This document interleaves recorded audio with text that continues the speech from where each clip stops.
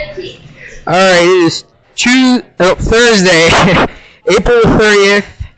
I am here with Gerald. I am here with Dave Hanna, and I'm here with Andy Peabody.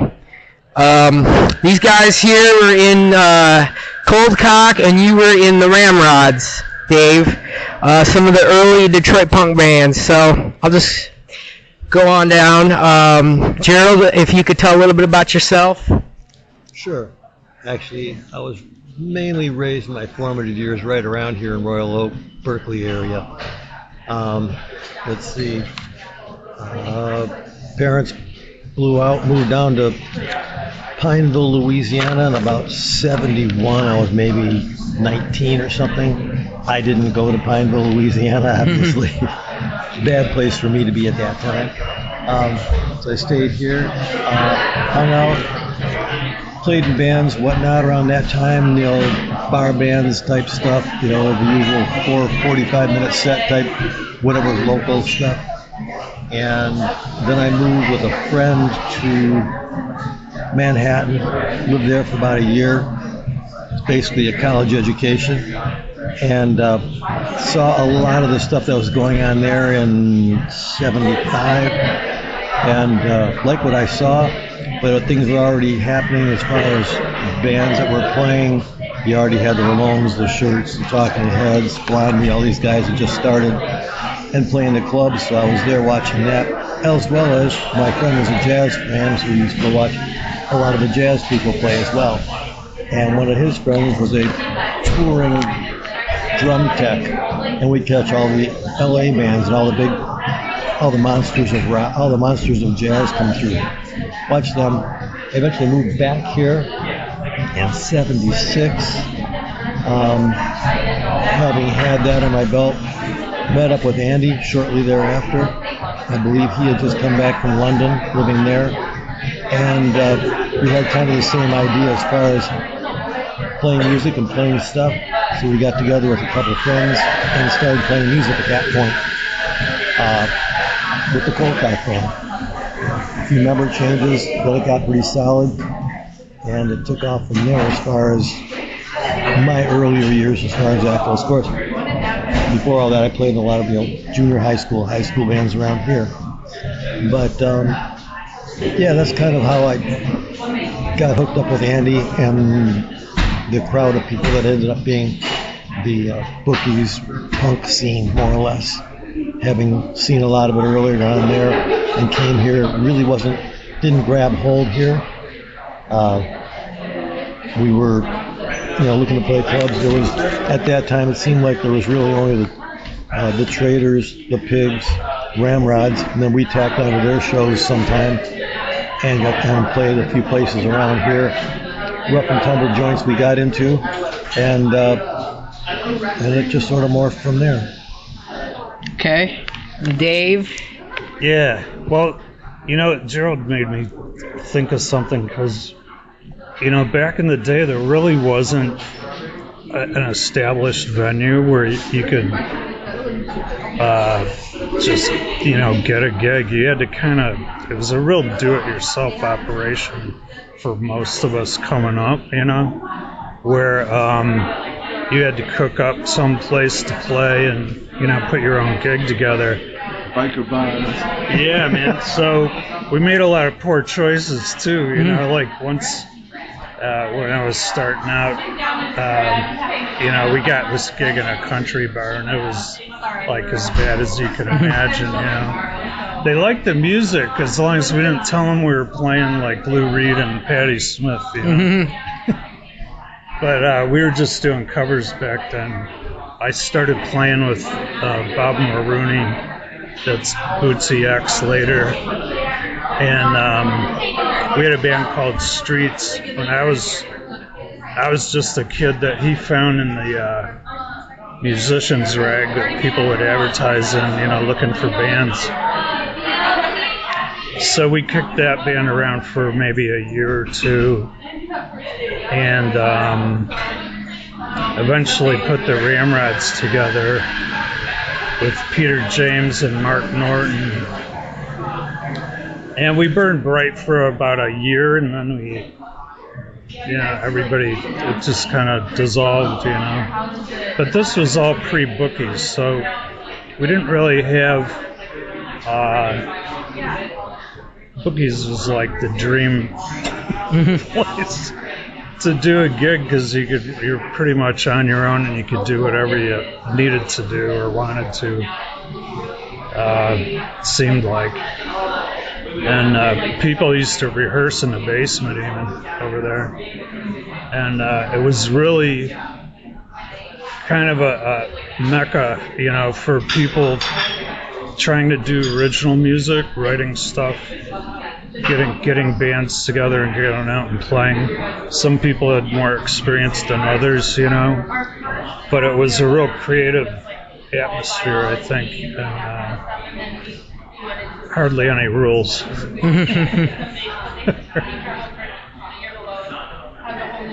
Hey, Andy, want to introduce yourself here? Andy Peabody. I grew up on the east side of Detroit and got out of high school, went to engineering school for a while. That didn't seem to be a fit, so I took some art classes at Wayne State for a while. That was going nowhere. And I'd been involved around the music scene and knew a lot of people in the, between the teen clubs and then the Grandy and the East Town and all that. Decided somehow out of the blue to get into hairdressing, and so ended up doing that for 50 years. But in the meantime, when Gerald and I got together and decided to see what we could do with putting a band together and throwing ideas as far as music, and Gerald was coming up with riffs, I was writing lyrics, and pretty soon we had some songs. So did some early covers, and then did a lot of cover songs where we sort of redesigned them and nobody knew what the real song was that it came from. And along with Dave and the Ramrods, there was just a small handful of bands that seemed to be doing this little put-together circuit where someone could convince an owner to let 3 or 4 bands come in and make noise for a night, as long as we could bring a crowd with us, which somehow happened. There was enough people that we knew that could almost fill a bar for one night every few weeks. So, Andy, I heard a story that Vince went and talked to Bookie and said, hey, what's your worst night? And he said, like, Tuesday or something. And Vince said, give me your Tuesday. And he did. Is that true or no? Well, I know we went and talked to him. Yeah. And about bringing bands in. And I think the first show we did was maybe a Friday or a Saturday. Okay. But then, we got a regular weekday, and I was more just doing the sound system, and Vince kind of partnered up with Scott Campbell because they were in the Sillies together at the time. And that lasted a little while until they fell out, and Scott was out the door. Vince pretty much ran the show on his own then, and then he had left the Sillies and came into Coldcock as rhythm guitar. Didn't Bookie tell you guys that you guys just couldn't? He had one condition: you could not do anything on Sunday because that was the drag show night. He still wanted to do the drag shows. See, Bookie bought that club probably in the earlier 70s, and built it up as a big gay disco, and the drag shows on Sunday nights. And as Menjo's got bigger, Hank Trent came in and opened Menjo's and promoted the gay scene there, just being a couple blocks apart. Bookie's business was falling off on the weekends, which were the prime dance nights. So we just happened to hit him at a time where he was open to trying something different, but he still wanted to keep the drag shows on Sunday, which we did for a long time. So, now, maybe you might be able to answer this question, but somebody told me that Bookies also kind of had like a little glam rock thing going in the earlier part of the 70s. Do you know anything about that? Well, it was a gay club disco, but there were, like a lot of the local people that were in the glam rock scene. There was a certain amount of gay men involved in that. And it just became a place, you could hang out. Nobody bothered you, like you'd be, straight guys, straight women, straight, gay guys, gay women. But people wanted to dress up and into that whole look with the hair and the clothes. Oh, and yeah. Men in makeup. So that really happened for a few years. That's how Vince and I knew about the place at all, because we had both been there during that era. Okay. So tell me about, like, who would you say influenced you guys? I'll say, like, before punk and then, like, when you got into punk. Like, what punk bands influenced you? And then before that, like, what bands before you were listening to punk, what were you influenced by before punk? Well, I guess it depends on how far you want to go back. I mean, you can go back to, Elvis or Fats Domino or any of those people to start with, I guess. I used to have 45s. I don't know where they came from, but there were 45s at my house when I was, before I was 5 years old. And I'd wear out Bill Haley and the Comets so the hole got too big in the 45 player. And I used to push it down and play it and listen to, what was that song, Mambo Rock or something like that when I was a kid. I listened to that and listened to those kind of things. And then between my mom and dad, I think my mom listened to pop, my dad listened to country. So I had that kind of stuff coming up. I think as I got older, obviously the Beatles and the Stones and the Dave Clark 5 came into the picture. My sister is 3 years older than me, so she picked up on that stuff pretty quick, and I absorbed it as well. And then I guess as I got, let's say later into the rock, the early 70s or so, I liked rock in more or less its pure form, raw form, not a lot of production type stuff. But then as it got, like a lot of the stuff in the 70s, you got out of the club rock and you ended up with arena rock. So I listened to other things, Captain Beyond or something like that, the Pink Fairies or whatever. And then you hear, but I also still like what was coming out. Obviously the trinity of guitar players that was always out there. Beck, Page, Clapton, a lot of these guys liked what they were doing. And also especially Mike Bloomfield, listen to those people. But then I liked listening to them, but I could never play what they were doing because my head was somewhere else in the other type thing. So you're trying to mash the two together and nothing really came together, so you're always playing covers until we started playing in the Coldcock band and putting our own stuff together. And of course, living in New York and listening to those other guys do it, they'd play old rock, but they'd speed it up and they'd have a heavier beat, a pounding beat, and you're going, those Television, Ramones especially, how they ever got 2-minute songs, 75 of them in a row, and have them and remember them. I said, that's amazing in itself, how close they related. So I got back here and started picking up on stuff and saying, and I bashed some things together. You had the what do you call it? The Sex Pistols came out. There were a lot of production, but at least it was the idea. So you had that sort of help pushing it along. None of this shit got played on the radio. None of us got played on the radio. They were still into, I want to call it arena rock, and then hair rock, and everything else. So we never got played on the radio, ever. No matter if you put out a 45, it was your job to sell it. There was always interest, but nothing ever developed because you couldn't get your shit on the radio. Oh, yeah. It was just solid. I mean, the DJs all liked you. They would all come out to see you, but they couldn't play you. And, we'd play at bookies, and people like, Bowie and all these people would come in to see you play, but that you couldn't get on their bill. There were times, I remember, was it when Jay Giles came to town, they wanted us to open, but with the name Coldcock, nobody would print it. I think the Romantics got the gig. And then they ask if you got something on the radio. Yeah. And it's like, how can you? you know. So that's why a lot of our 45s are pretty much underground and sell for a great deal of dough these days because you couldn't get them then, and there's not that many of them out there. But earlier influences, that could be, I guess, where it started. But then you pretty much just follow your own path. You listen to what you like. I mean, there's stuff out there that's good now. Again, not played on the radio.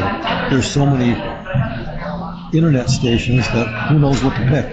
Who knows where to find it? You know, you've got your major, XM radio people, and if you hear something, I have to whip out my camera really quick and take a picture of the screen so I can remember what it was, so I can come back and listen to it. Yeah, it's like, the programming's not done locally. It's like, there's some kids in California doing programming every station and on whatever, and you name the source. But I was gonna say, if I had to think of where my music influences came from, luckily I was old enough that WABX was a radio station, and so at times WDT, but not often. It was more like a jazz station, seemed like to me. Except for Halloran's show. Yeah, but I mean, early as a young kid, like 16 years old, it was like you weren't going to hear that on like the major rock stations. Like, so I remember when Rob Howard came out. They played like a demo tape. ABX played a demo tape because Iggy had wandered in the studio and had this on him, and they played it. And but I remember when the New York Dolls' first album came out, there was a record store at the end of my street, and so I called ABX and I said, "Who is that?" He goes, "The New York Dolls." I said, "Oh, that's them? Cool, thanks." I got on my bike and rode down to the record store and got that immediately. I thought I'd been reading about them in all the New York magazines, but never heard their stuff, So it was tough. And then another great thing was we all had a friend that went to England and came back with a shitload of singles, like colored vinyl and everything.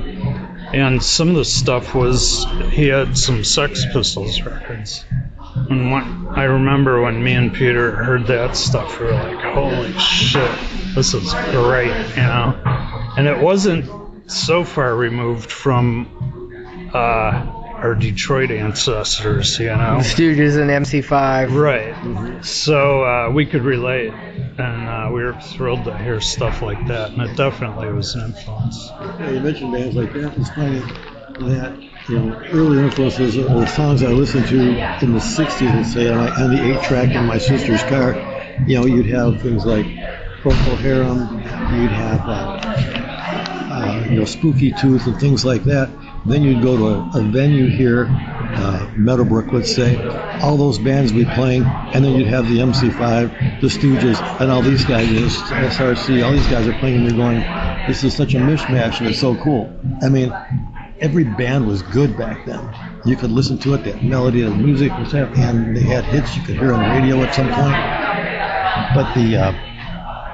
But the mashup was great. The musicians all got along, everything was cool, everything sounded good.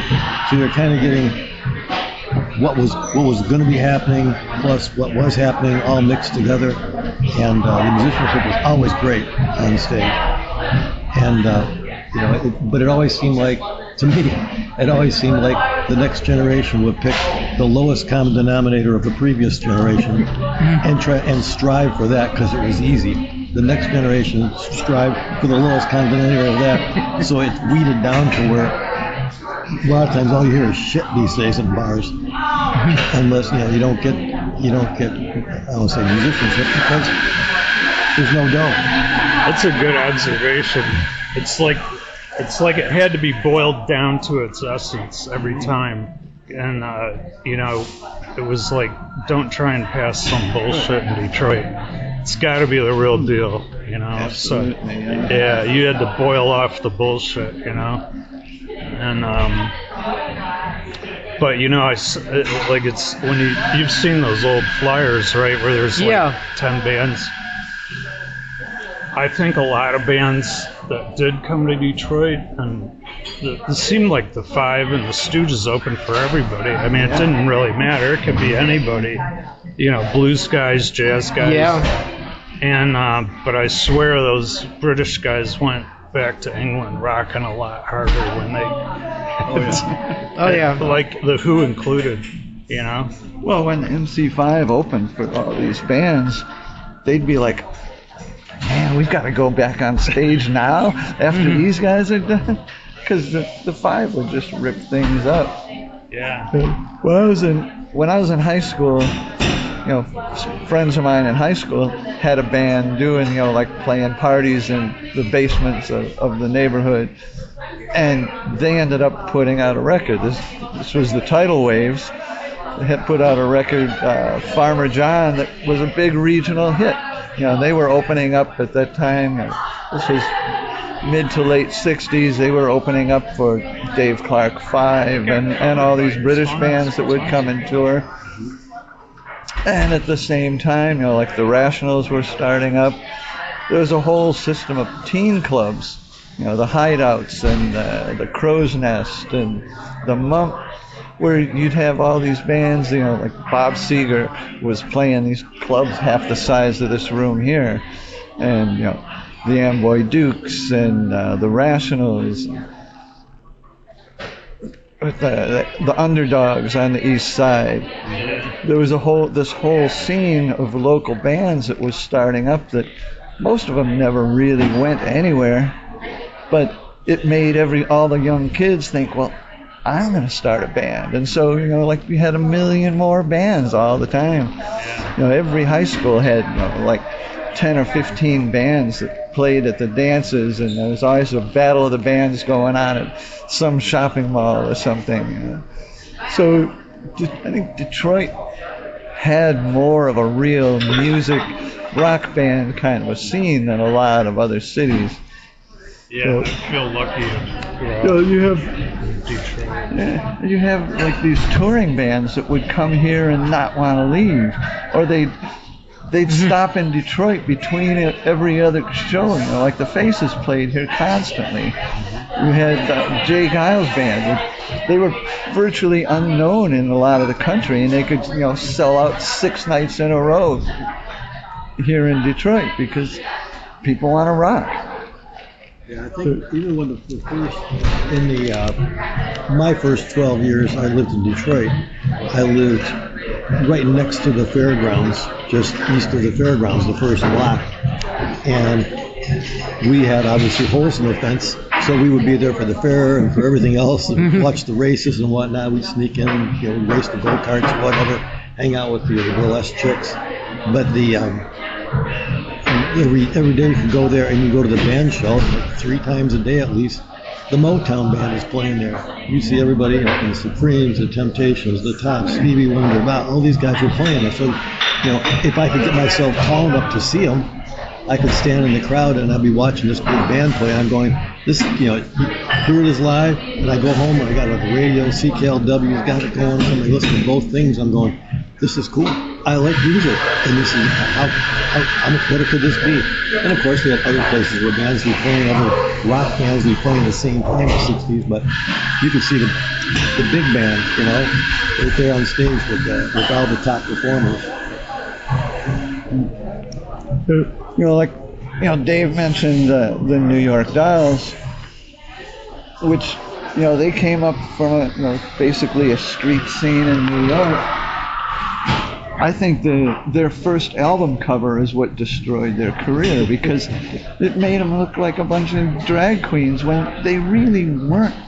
They wore outrageous clothes, they wore makeup, But Well, these guys were like Sylvain street had- punk kids. Oh yeah. Well, I met them at Max's and went to some parties with them, and then when they would come to town, I'd go backstage, and it took Sylvain and Frenchie was the road manager. I was gonna and say a couple of Sylvain them. had a clothes store. That's why they were doing wild stuff. Yeah.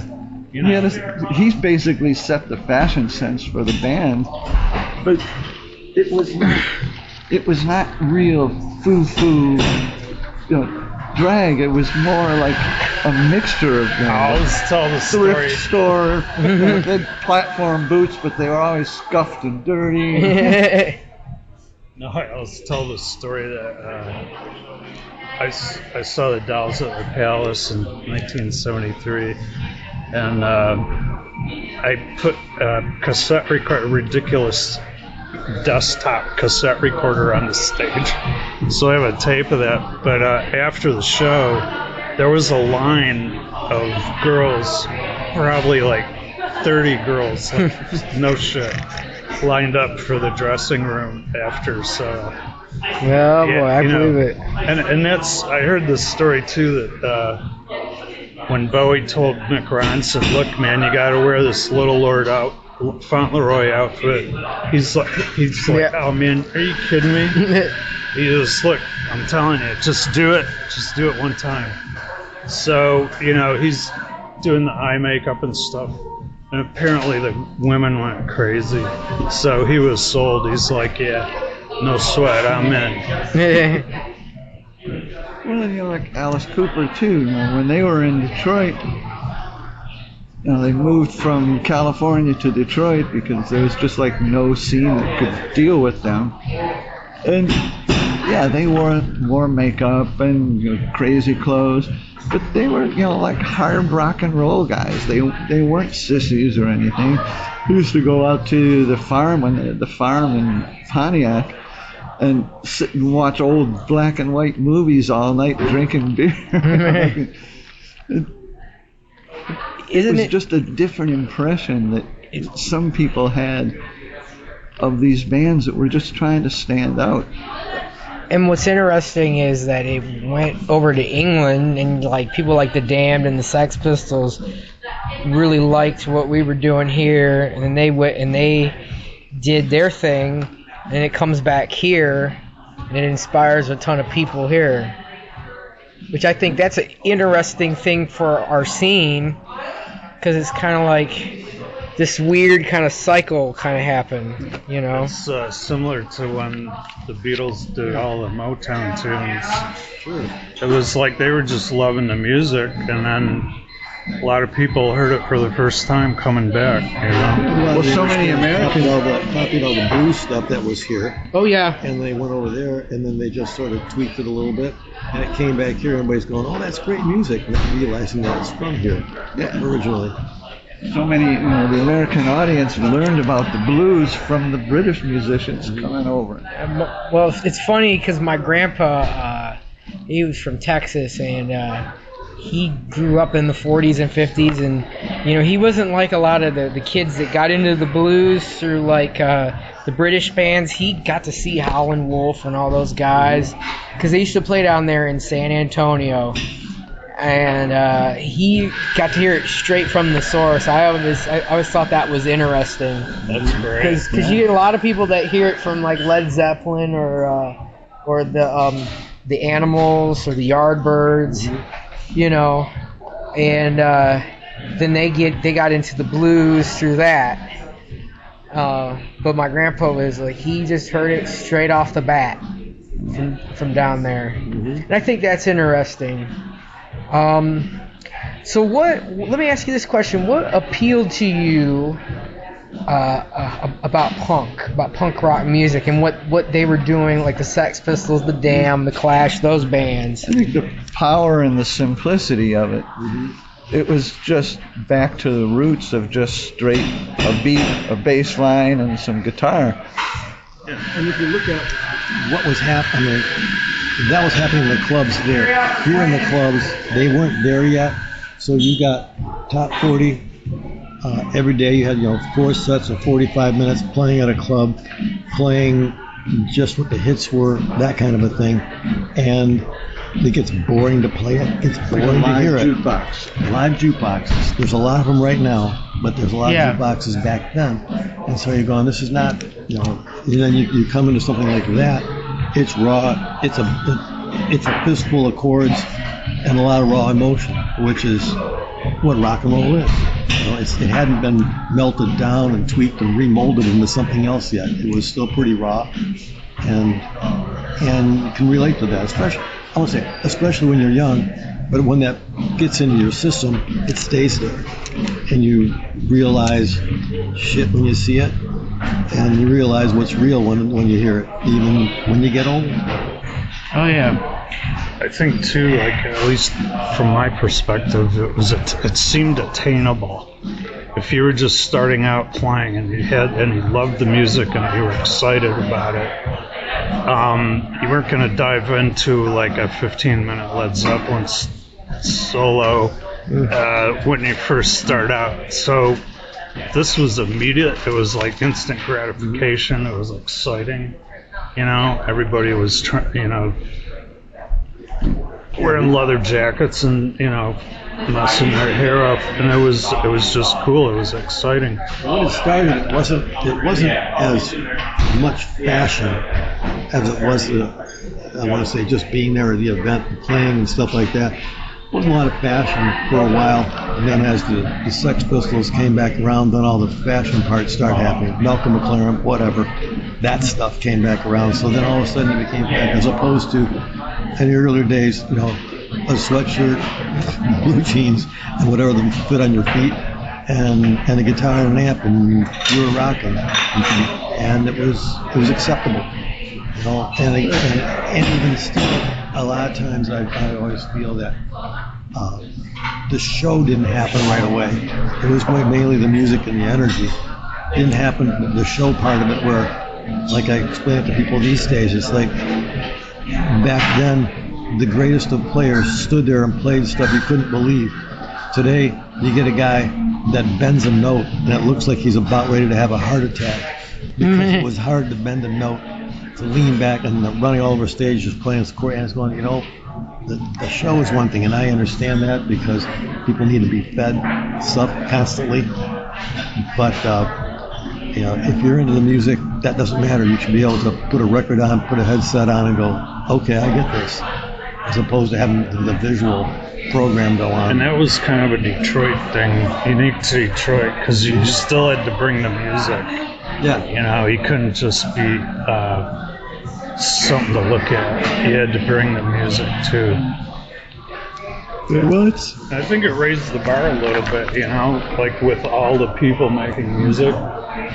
You had to get your shit together to survive. The Detroit audience is more sophisticated as far as like you say, they don't put up with the bullshit. Like if you're gonna go out there and play, you better be playing. Yeah, because they've seen it up. We had a lot of bands that we saw as we grew up that was good. We used to make those were like amazing. Yeah, oh yeah, the Rationals were awesome. Well, that's why we used to, joke about old jaded guys, but it's like if you saw Little Richard or Jimi Hendrix, even like that's why Ashton played a Strat. They were like, holy shit, man, this is like.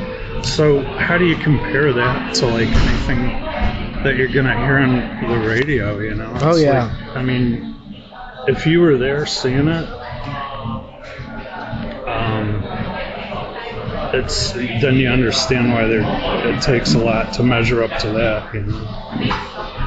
I'll be honest with you. I don't listen to any new music or anything they play on the radio. Any of the pop stuff. I'm stuck pretty firmly in the past. I even go back to the big bands and the old blues, and I love rockabilly, and I just don't. I can't get into it. I get up into the 80s, and then after that, it's just like I don't really like anything much unless it's of some various bands that are good. But like you said, they're not like popular. They're not popular. No. There's always new things coming out that are strong and that are good. It gets passed over a lot, but like I don't think you can really stay living in the past and just only listen to that, because there's still good stuff to find. You just have to pay attention and find it. Sometimes I'll drive home from a gig at night on a weekend or something like that, and I have the radio on loud because my ears are blown already, and I might be listening to even something like Little Steven's Underground Rock, where somebody else is playing music. Oh yeah. From a band, and then all of a sudden I'm going, well, how come I never hear this? How come I never heard this? And out comes my camera, and I take a picture of it, because I have no memory. I'm not going to remember who it was. At least I can come back and look at my phone and go, oh yeah, I heard this. This is good. It's new. It's good. It sounds, I don't want to say it sounds old, but it sounds like it's something that I would listen to, as opposed to, if I would put it on right now, I'm going to probably hear something I've heard 10,000 times just to make other people happy. It's like now you hear the Ramones in the Kroger store. Yeah. So, how did you guys kind of start? Because once you got into the music, I guess, like, how did you guys start connecting and forming bands, and kind of like how did the scene kind of start before Bookies? Like, and you were talking too about like what it was like playing at venues before Bookies, and if you could kind of talk a little bit about that too. Because I'd like to know, and I want people to know about like what it was like, because I've heard that you get kicked out of those venues and stuff because they didn't like punk. But you had to put together a package and do it yourself. Like get a few bands together, make up the flyers. Convince the owner or the bar owner to let you come in and play for a night. We can bring people in. We can make a crowd for you. And if you could do it, then they might let you come back again. And it just developed really organically like that. There was no existing place where you could just go, Can we play next Friday? Right. There wasn't like a central place. It seems like a lot of our bands just almost were born on their own, and half of the audience was other bands. Right. Yeah, that's true. And their girlfriends. And sometimes their parents. So if you have 5 bands on the bill, you'll probably have like at least 25 people that are friends. So nobody played a long set. Girlfriends. And, I think our first set might have been 5 or 6 songs that we did, on a 3 or 4 band thing. And set it, play it, blast it, and the next band comes on, and the night's over. And keep in mind that we were younger then, and people went out more then when you're younger. Yeah, there was no cell phones or internet. No, nothing like that. It was all flyers and word of mouth, telephones with cords. And so, it was get the word out. But then again, like I said, when you're younger, that's before you're married, before you have kids, before that whole thing puts you don't have a mortgage. It's your formative years where it's a breeding age, basically. Guys looking for girls, girls looking for guys. Everybody's hanging out and they're going, what's going on? Where are the people that are happening on these days? And that could be a place where they might take a chance. If you go to Bookies or something, you would see a wide range of people. You would see a real wide range. Sometimes you're going, why is this, college guy coming here to see this stuff? And then you'll have, this other guy in a leather or a ripped up thing or half a head of hair or something like that, or a biker guy coming in here. You see all kinds of people, but it was a place where people did collect because they'd heard of the place. And they come in and see it. That one biker guy at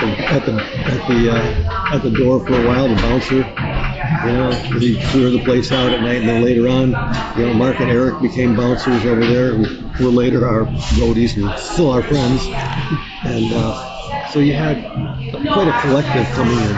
And then as it became more popular, you got in more of the suburban crowd, let's say, that would come in. And not that the other people weren't from the suburbs, but you get a more gentrified crowd to find out what punk is about. And then it dissolves because the essence of it, where it started, like I say, in blue jeans and t-shirts and a leather jacket or something, it became fashion. Became a uniform, a code kind of thing. But you know what people are into by what they're wearing, as opposed to who's that bum over there? Oh yeah, he happens to be the singer of the last band from England or something, you know. But we did play for a lot of bands there. Despite like the diversity of the crowd at Bookies, I remember during the Major League Baseball strike, Alan Trammell and Lou Whitaker were there, you know, sitting at the bar. Yeah. There really wasn't like a central music hangout until Bookies.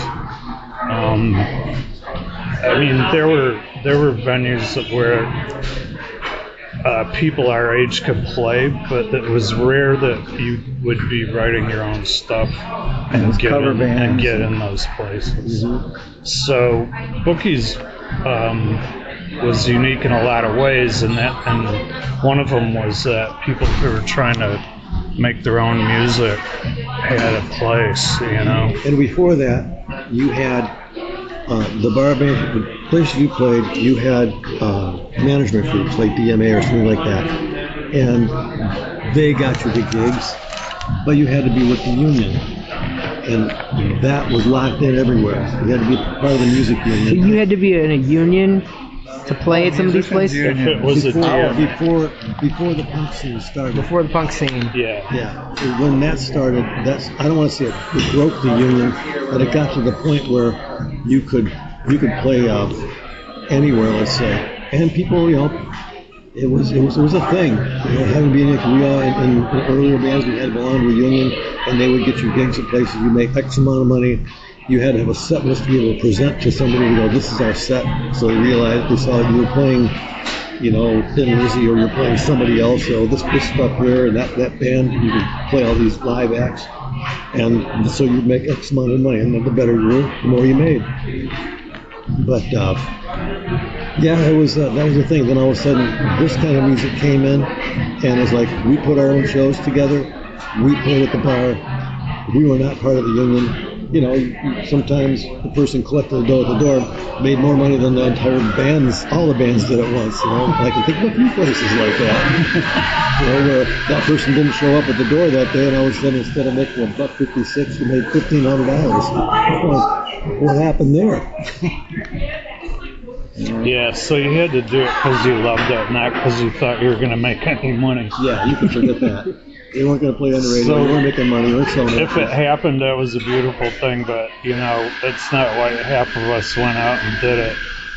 And Bookies sort of set the stage and built up the whole following to where, you know, like then you had Nunzios downriver, and then you had, you know, Lily's and Hamtramck and Paychecks, and all these places started to see, like, well, we can get a big crowd, these bands up there, and it really built the whole scene up even more in the 80s then. Yeah, that's true. Mm-hmm. You know, and Vince moved, you know, like downtown with Clutch Cargos and all that stuff started going on.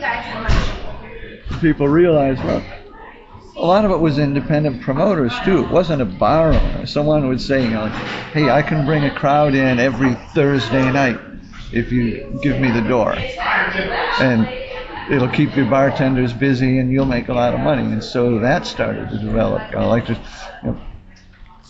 There would be, you know, so and so would do a show over here, somebody else would do a show over there. So then there were places to play all the time. Sometimes we get done playing and go see somebody else play. Yeah.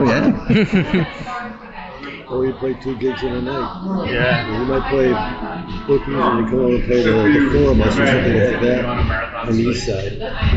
So there wasn't, and the reason I'm going to ask this is there wasn't like anything going on at Nunzio's or Lily's before Bookies, right?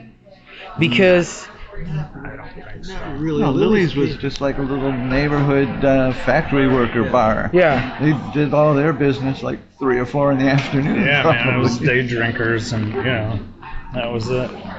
Yeah, but they did pick up on the program, and they got a lot of the local Hamtramck guys start playing there. Obviously, because Art's mother owned the place. Right.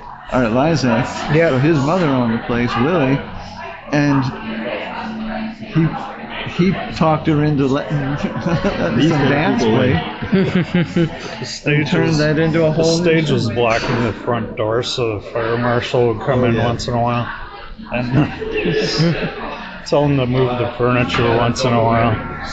But yeah, they were probably one of the early overflow venues where they would pick up a lot of slack with like guys doing original music and stuff. And they would, so once in a while, they'd get somebody from out of town over there, you know. Mm-hmm. Yeah. So tell me about, because one of the things I want to make sure I do cover in my book is about like what Detroit was like in the 70s and 80s, because you know, you gotta kind of have that background of like what the city was like, because that kind of painted the landscape for like how our scene was able to happen, you know. So like, what was Detroit like as a city, you know, in the 70s, you know, after the riots? Well, the music thing, I want to say, started making a change when Motown left, because now you lost the whole chain, the whole food chain to go in that direction, the R&B type section, because they moved on, and then it was just kind of like this, the downtown was relatively floundering in that respect. But the music-wise, I think we ran through that with the club scenes and the different the early clubs, and having to play multiple sets and other people's things. But because the teen clubs died out. Teen clubs died out. Yep. They died out in the latter part of the 60s when we started opening up like the Grandy and the East Town, that kind of stuff. All those places opened up. That went from small venues to bigger venues, and eventually into like the Cobo Halls and stuff. And that's where you lost me in a sense, because you know, I went to some of these places, but like, you know, they were so far away. It was before I'd be standing, you know, 5 feet away from Bob Seger doing heavy music or something, you know. And or the Frost, or sitting around talking to Ted Nugent while he cleans his guitar after the set, you know, that kind of thing. And then you got to the you know, the bigger venues like the Grandy Ballroom, and of course by then they had some serious following and had records and stuff, and their trajectory was a different thing. And you know, as opposed to the 60s and stuff, when I was playing, they talked about garage bands, and that was us. We played garages, basements, wherever, church basements and things like that in the 60s. In the 70s, when things started going, you know, I want to say larger stages and arenas and stuff, the personalist part of the whole thing sort of went away. Everything got bigger and farther away from you. You couldn't just walk up to your people and talk to them. And that just carried on, you know, got bigger and bigger because the corporations got in. They started, you know, making the artists money and themselves a lot of money. So you kind of, the separation became their music. But then when it came to the punk thing, like I said, the unions had nothing to do with us. Nothing did, so it's back down to face with the people. And you get to see, if you went to bookies, let's say, you would see all these English acts come in. You know, anybody from the Plasmatics, let's say local, but to the Damned. Yeah, you had all the English bands came through. We used to rehearse in the basement over there all the time on Sundays, and then you come upstairs, and like, you know, the police just get there. They get there in their station wagon, and I'm going, oh, cool, I want to meet the police, because I heard the guitar player was in Soft Machine. It was a Soft Machine band. We didn't have much of a conversation, but the other two guys were pretty personable, and we talked with them, and then we'd go down and see them play later. We would play there, and like a lot of bands would come up. Then we'd also rehearse there. We'd go it was Sunday morning we would rehearse there, relative morning, and then we'd go have breakfast or whatever at the backstage. Vince, Andy, myself would go there and have food there. But we would rehearse there while the bands would show up, and we'd see them play. We did a lot of people would say, "Why would you pick the name Police for a band?" Yeah. Well, It was like funny their thing first with gig. There was like 5 people. yeah. Yeah, something At like $2 coverage. Well, Yeah, how did you I- get the band? How did you get the name Coldcock for your band? I want to know that. Well, I really want to know that. Coldcock What does is it a mean? slang term for like a sucker punch. You just like, if I were to Ah. just like slug you right now for no Yeah. apparent reason. Yeah. And so Mhm. that was,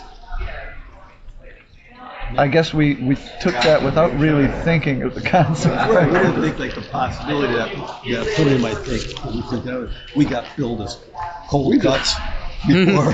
We just took it as, like, come out and hit them hard.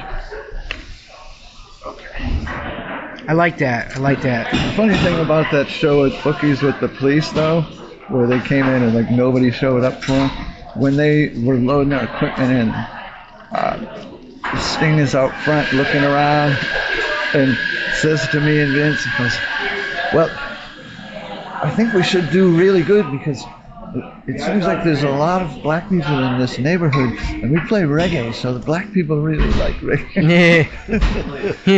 And Vince goes, you don't know Detroit at all. Is that for you? But in England that might have been the case. You know? Oh Yeah, yeah, of course, yeah.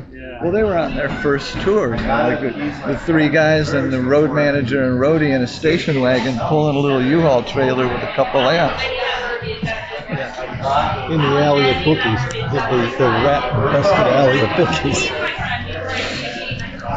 So I mean, but what did Detroit look like? I mean, because I've seen the pictures, but I mean, was it like really run down, abandoned? I mean, Yeah, was it? you know what's funny? A lot of these cool buildings only exist because they didn't have enough money to tear them down. There used to be a phrase that people would refer to that situation as demolition by neglect. And there was a lot of that, remnants of that, like grand old buildings that were just a carcass, you know. Like the Grandy Ballroom building. Yeah. Yeah, I mean, it should have been a national monument. Yeah, it should have. It should have. City Hall. They tore down the original City Hall. That was a beautiful building. The East Town burned down and collapsed. I wouldn't be surprised if they tear down the Leland. Bookies is gone. Yeah. That burned down. Yeah. That and the glory hole. So maybe in a way, with all these wrecked buildings, maybe that offered more places to play because you didn't have to have a nice banquet hall or something. Well, most of the places we played in those early days were like in neighborhoods that you wouldn't want to be. Yeah. Oh yeah. For any other reason. Do you know who Lacey is from the band Son of Sam? Hardcore band from Detroit. I know the name, but I don't know. Well, he was telling me about how Kind of know Joey, but Joey Summers, but Lacey told me about how you could get it made it where you could start like a venue of your own in those buildings. You could get them for cheap. You could buy a place, start a club, and I think that's another pulling power for Detroit, that we had that ability, and you could also live down there for cheap. You could do that for a while until it started picking up. Now all of a sudden you got to pay the police. Yep. You got to pay some tax on it. They start hitting you up for money. And remember the one time we had a rehearsal downstairs at Bookies, and we were playing. These 2 guys come downstairs. One guy was on leave from the Navy, short, stocky guy, and some other guy, and they came in and they walked downstairs. We were rehearsing. I'm at the far end, right there, and these guys walked in, and I don't know who it is. I have no clue. Guy points across the room, and he goes, "I'm going to go it with you." And I'm going, "Fuck!" I go, "Oh, this guy's fucking nuts." I put my guitar in the case. I move the mic stand over the side because I know the guy's going to start some shit. He started some shit, tried to get some stuff, and then pushed around. And Vince goes upstairs and tells the bartenders, got to get this guy out of here, call the police, whatever. So then they go upstairs, they're gone. Real cool. So now, because this is before the downstairs was a bar, there was a bar there and stuff. So we were stopping. All of a sudden, the guys come back down again. Now the guys look really muscly. And and they're talking over here, and I'm standing at the end of the bar, sort of by the door going out. They go out the door, the guy Coldcocks me. Boom! On the side head. I'm pissed. I wanted to go after him, and everybody holds me back. I'm going, this is, what the fuck? and I'm not a fighting kind of guy, but it kind of pissed me off. So then they hustle the guys back upstairs and get upstairs, and I think by then the police are there, the real police, Detroit police, and they say, well, what do you want to do? You want to press charges, or you want us to take care of it? And I grin on my face. I said, you take care of it. We didn't see him again. But yeah, we did a lot of rehearsing downstairs. We did a lot of shows at bookies that didn't get advertised. I lived at the time out around 16 Mile way, and a lot of the guys in the band would hang at the bar, and I had to get up really early to work, and apparently a lot of times the headline band or the band didn't show up to do the gig, and I get a call and it's like, hey, can you come down and play the gig? These guys aren't showing up. And I'm virtually sleeping, and I go, yeah. So all our stuff's downstairs. I get there, all our stuff's on stage. I walk in with the guitar, half asleep, play the set, get some laughs, get in the car, go back to sleep. And these guys party on the rest of the night. It was, that happened quite a few times. So it was funny that you see these flyers that show when we're playing and all that stuff. And I'm going, but we played all these other places in between when that kind of shit would happen. And because our stuff was already there, it was like a question how I was sleepwalking through that one. Yeah. Yeah. Vince is already there. Andy's there. Our bass player at the time was undoubtedly there, and Bootsy he lived down that way, right down the street too, so he was always there. Plus he worked at the bookstore and everything else down there. So how did you guys write the material that you came up with, your songs? How'd you come up with your songs? Well, sometimes I would have, like a few rhymes, and we would just sort of work a way to make it musical. Other times Gerald would have a riff with some changes and put that together, and I would just kind of work lyrics into it. So it was mostly just back and forth. Andy and I would do that a lot of times. I'd have a riff. I have riffs that I've had for a million years or something that I played. I go, yeah, da-da-da-da, like this, and Andy would come up with some lyrics for it, and we'd put it together and make a song. And sometimes, like I Want to Be Rich. Wasn't hard to come up with lyrics for that. That was pretty much a given. You pretty much wrote that all out in about an hour. And that kind of stuff. But yeah, a lot of the tunes, it just it was like you have a song. I mean, putting a lick together, putting a song together is really kind of easy when you've got a band that's going to play it, and you've got people who are going to listen to it. If you're just going to sit around your bedroom and write tunes and record them, and you're the only guy listening to them, what a drag, what a life that is. Yeah. It's more fun when you've got an outlet. You've got somebody who's, you got Andy that'll write and band that'll play. Bounce ideas off each other and stuff.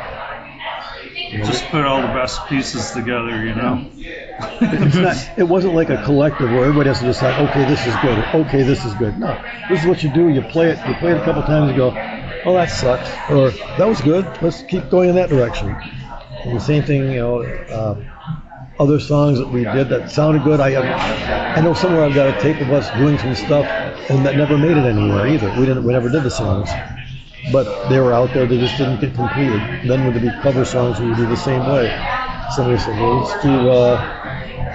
let's do this Temptation song, or let's do YMCA, because it was a hit at the time. We're going, and if we do it, it'll be different. So we make it punkier. Yeah, we did YMCA. Everybody in the dance floor was doing the YMCA because it wasn't the Village People, but it was us and it was the program. I still have a picture somewhere of doing YMCA where I'm standing there in the middle singing, and I've got Norton and Jerry Vile and Paul and like all these guys all dressed up like cowboys and Indians. Yeah, I want to see that photo. Priceless. You should try and talk to Surinsky if you want some photos. Okay. Yeah, She's in Paris now. Yeah, I wouldn't know how. Is she's not on Facebook or anything? Probably. Yeah. Let me get out my notebook here. I'm gonna write the name down. They just have a RYNSKI. Alright. So you can see I carry a whole big thing here. We were pre-video and RY, what'd you say? RYNSKI. Sue. You know what my last name is? WODARSKI. Okay. Wodarski. So the have you ever seen the video called Face the 80s? No, I haven't seen it. You got to watch that. Alright. That was done in '79 at Bookies and all these other clubs we're talking about, and videos of all the bands and just all you're talking about that Norton and it's legendary Michael guy did, and it's all live stuff. It's all interviews with everybody at that time. Bruce and this guy, everybody got interviewed. And backstage at Bookies and just talks about how this music is going to make it in the 80s. It's called Face the 80s. I gotta watch that. Good luck if you can find it. I've been meaning to make. I know I've got a videotape of it. I want to get it made into a disc for it to be at least watchable. I haven't done it yet. Yeah, I've got a DVD of it. Yeah. oh, that's good. Do you? Okay. I had a VCR tape and it got flooded about a week ago. Yeah. Oh boy. Yep. I think maybe Paul gave it to me at that Irene's bookie Oh, night really? thing. So he's got one. Quality. God, dupe it and send it to me. Give it to me. I really want to. I want to see it again because it's funny. Young Bob Mulrooney all drunk and shit. All these people are drunk and fucked up. I want to see it. I want to see it. It's something. If you're doing this, that's something you should see. All right. Yeah, that'll give you a good idea of the insanity of it. A lot of it's at Bookies and in the kitchen at Bookies, which was the backstage, the direct backstage. But I think our clip was on stage at Masonic when we opened did for much Iggy. less for Masonic. And if you go to my, well, I don't need to put it on my Facebook page, but if you look up Coldcock, Masonic, I posted the stuff that didn't get in the movies. I was able to get it before the guy moved. The day the guy was moving to California, I went to his place and got all the tapes. I had this, turn them into DVD, and I posted them on YouTube. So if you go to YouTube, Coldcock, there's some of us at Bookies, and the other stuff that was taped with us for that movie. It's all in, what do you call it? 8 millimeter. So they're all like about 8 or 16. No, it's 8. It was small, and it was like somebody archived them to a better format, right? yeah, it's that, and they're all like 3 minutes long tops. And I think there's stuff that was there. The stuff was at Bookies doing some stuff live, and you can see a lot of that on there too. Well, I want to make an archive of all the pictures and videos and flyers. I'm making a website to go with this book that I'm writing. So if you have pictures, videos, flyers, I'll give you, full copyright. I mean, I'll say, this is yours. I'm not taking any, credit from it, but I want to make it where people can see it. Well, yeah, the people should be able to see Yeah. it. Like this movie I'm talking about is I want to say it's still underground. What's his name had the video store, Thomas Video at the time, from Cinecide. Gary It was like the only. Oh, Gary, yeah, I'm interviewing him next week. It's like the only video Ask camera. Gary about it and see if he has a DVD of it, because he actually had it at his store, the 8 whatever it was. Oh, did he? Didn't he have a record shop at one time where he did something with recording? Thomas Video, it was called. It was in Clawson, and he had that. The record store was, what's his name, from the 3D Invisibles. Not Rick Mills. No, Oh, yeah. I'm bad at names, but I'll come up with it. He had Chris. Chris Flanagan. He still has a store. I believe it's at Lincoln and Greenfield, Street Corner Records. But he's had a number of record stores. He still has stuff. I don't know if he would have something like that or not, but the video is something you should actually see. It's, I mean, I remember when they were making it, I'm going, what the fuck did you make this? Who gives a flying Nobody's ever been able to get a hold of Al's archive. Yeah, I think Pasadena has all that stuff. Pasadena has all that stuff. He's got stuff that you'll never get, because we can't even get. It was all done on beta videotape, filmed at the back of Bookies on top of the DJ booth at the stage, and he's got everybody. Oh boy! I mean all the national acts. Could you imagine if somebody got that? Well, could you imagine if somebody got that and put that, digitized that? I've imagined that for years, and yet Fast Al had it, and I don't think Al's alive anymore, and I think all that stuff went to Pasadena, and good he luck. Won't let anybody. He won't let anybody touch it. Sure, But he won't even let anybody get a copy of anything. Or even see it. No. What's the deal, man? Is it in a safe form? Like, what are they? Are they film? It was not even beta. It was U-Matic 3/4 inch cassettes. Yeah, it was pro stuff. Yeah. And it was done really well. And all the bands that played it were great. He's probably still got Jay Giles there on tape too when he played Bookies. So Andy, I got a question for you, and I want you to tell me your side of this story. How did you and Vince go about getting where bands could play at Bookies? I know we've already talked about this, but I want to hear it again. I want to get it recorded. Okay, well, I actually, I had seen him around before, but I actually met Vince, like backstage. It was, I think it must have been at Kobo when Iggy played with Blondie opening and some other people. And so I was there with Sterling, and then Sterling knew Vince, and we started talking and blah, blah, blah. And we went to, might have been Anchor Bar.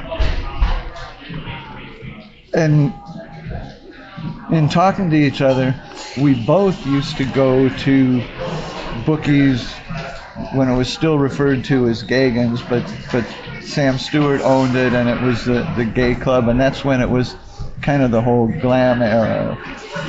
And we were saying, because it's probably the coolest interior of any nightclub at the time, before they tore it all apart.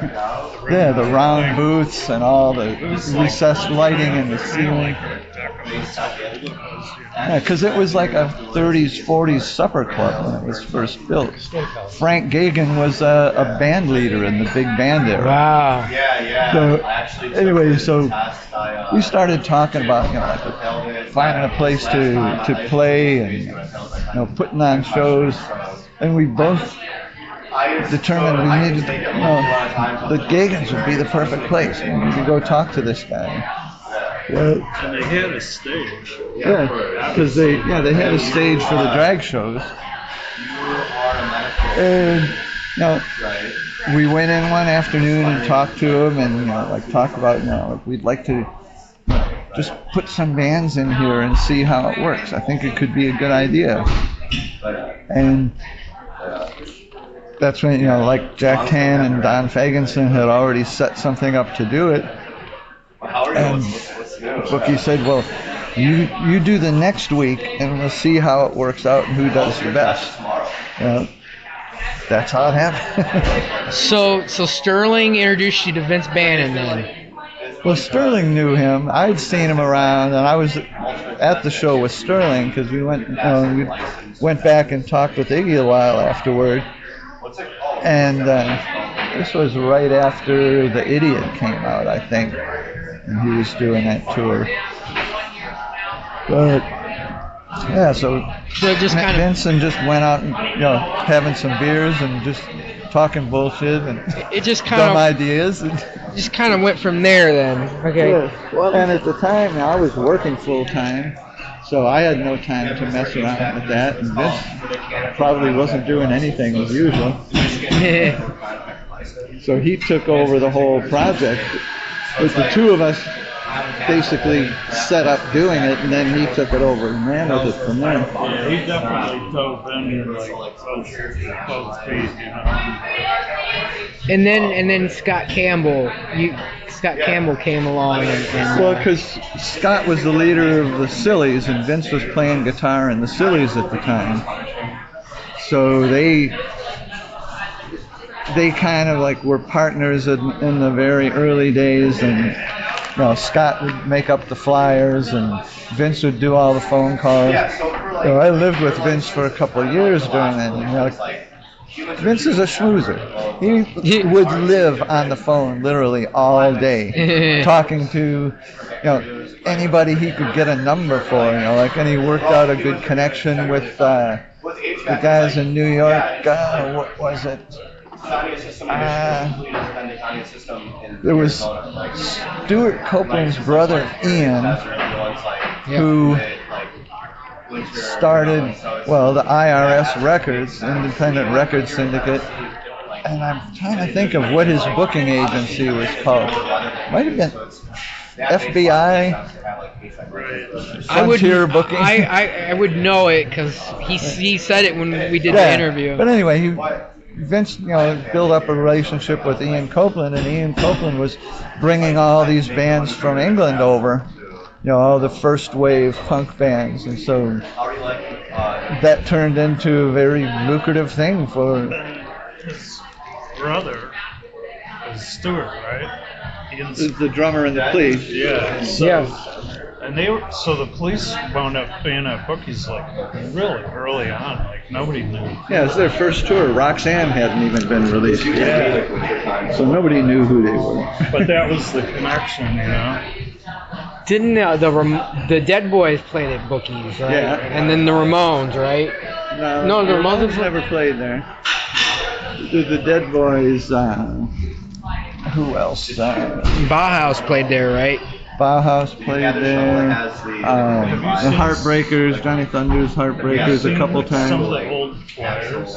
Oh yeah. Yeah. I've been collecting them. It's amazing, isn't it? I mean, oh yeah.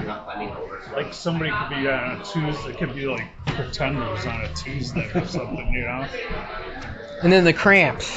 The Cramps a few times. It was funny when the Cramps would come into town, because Ivy pretty much ran the whole business of the Cramps. Lux could just like go completely nuts and then go back to the bus. But every time they played, because I was doing the PA then, every time they played, he broke stuff. He would like break mic stands and smash microphones. I heard he'd get down into his underwear on stage. Sometimes beyond. Yeah, I heard about that too. But he would just destroy stuff on stage. So after the show, Ivy would be there to collect the pay, and Vince would give her, like 2 broken mic stands and a couple smashed microphones and deduct from their pay. And she was fine. She expected it because I guess it happened every show they ever played anywhere. But you're not going to charge me for anything unless I take it with me. So tell me this, because when I talked to Vince, he said that sometimes, you'd have like the Seatbelts, the Ramrods, the Mutants, Sunnyside, Coldcock, but sometimes he said that they would have like these punk jam bands when there was like nobody, they had no shows. On like a Sunday night, like the Radiators might play or something. Well, one of the weekends that Johnny Thunders and the Heartbreakers played, Wayne Kramer came on the Saturday night and saw the band, and they showed, I guess he like talked to Johnny after the show, and they went out and did their business. But on the Sunday night, Johnny and Wayne showed up and wanted to play, because it was just like this rotating, anybody would go up on stage and play. And I remember because Mark Elliott was there, with his bass, and so this was like the origin of Gang Wars, Johnny and Wayne. But they get up there and Mark's got his bass, and Wayne just like looks over to Mark and just says like 12-bar blues in G, and Mark like he hands me the bass. So I'm like, okay, I know the 3 lines. Yeah, Wayne was Johnny's hero, man. He was all about the 5. Oh yeah. It's too bad Johnny was such a mess because he was such a crazy idiot. The drugs. Yep. It was bad timing. They both were at that time. Well, when they would play at the club, and it would take like forever to get them all downstairs onto the stage because they'd be up in the dressing room in the bathroom stalls, and you get like 2 or 3 of them down, and then go up to get somebody else and get him down, and somebody else would go back up, and you'd go in that stall and there'd be like these trails of blood splattered all over. Johnny was big on after he'd done, he would just like take his... Oh boy. Oh yeah. We're rehearsing downstairs, and he comes downstairs and stumbles around and is going, "Man, I got a guitar just like that." I go, "Yeah, I know, yours is 1 pickup, mine's 2. I'm hoping he didn't say, "Let me play it," because I'm going, you could fall over at any second. Well, they would come in on the bus from New York with no equipment, just guitar cases, and Jerry had his sticks. Wow. And they'd come in the club in the afternoon for like to do a sound check or something, and Johnny would run up and claim all the amps for him.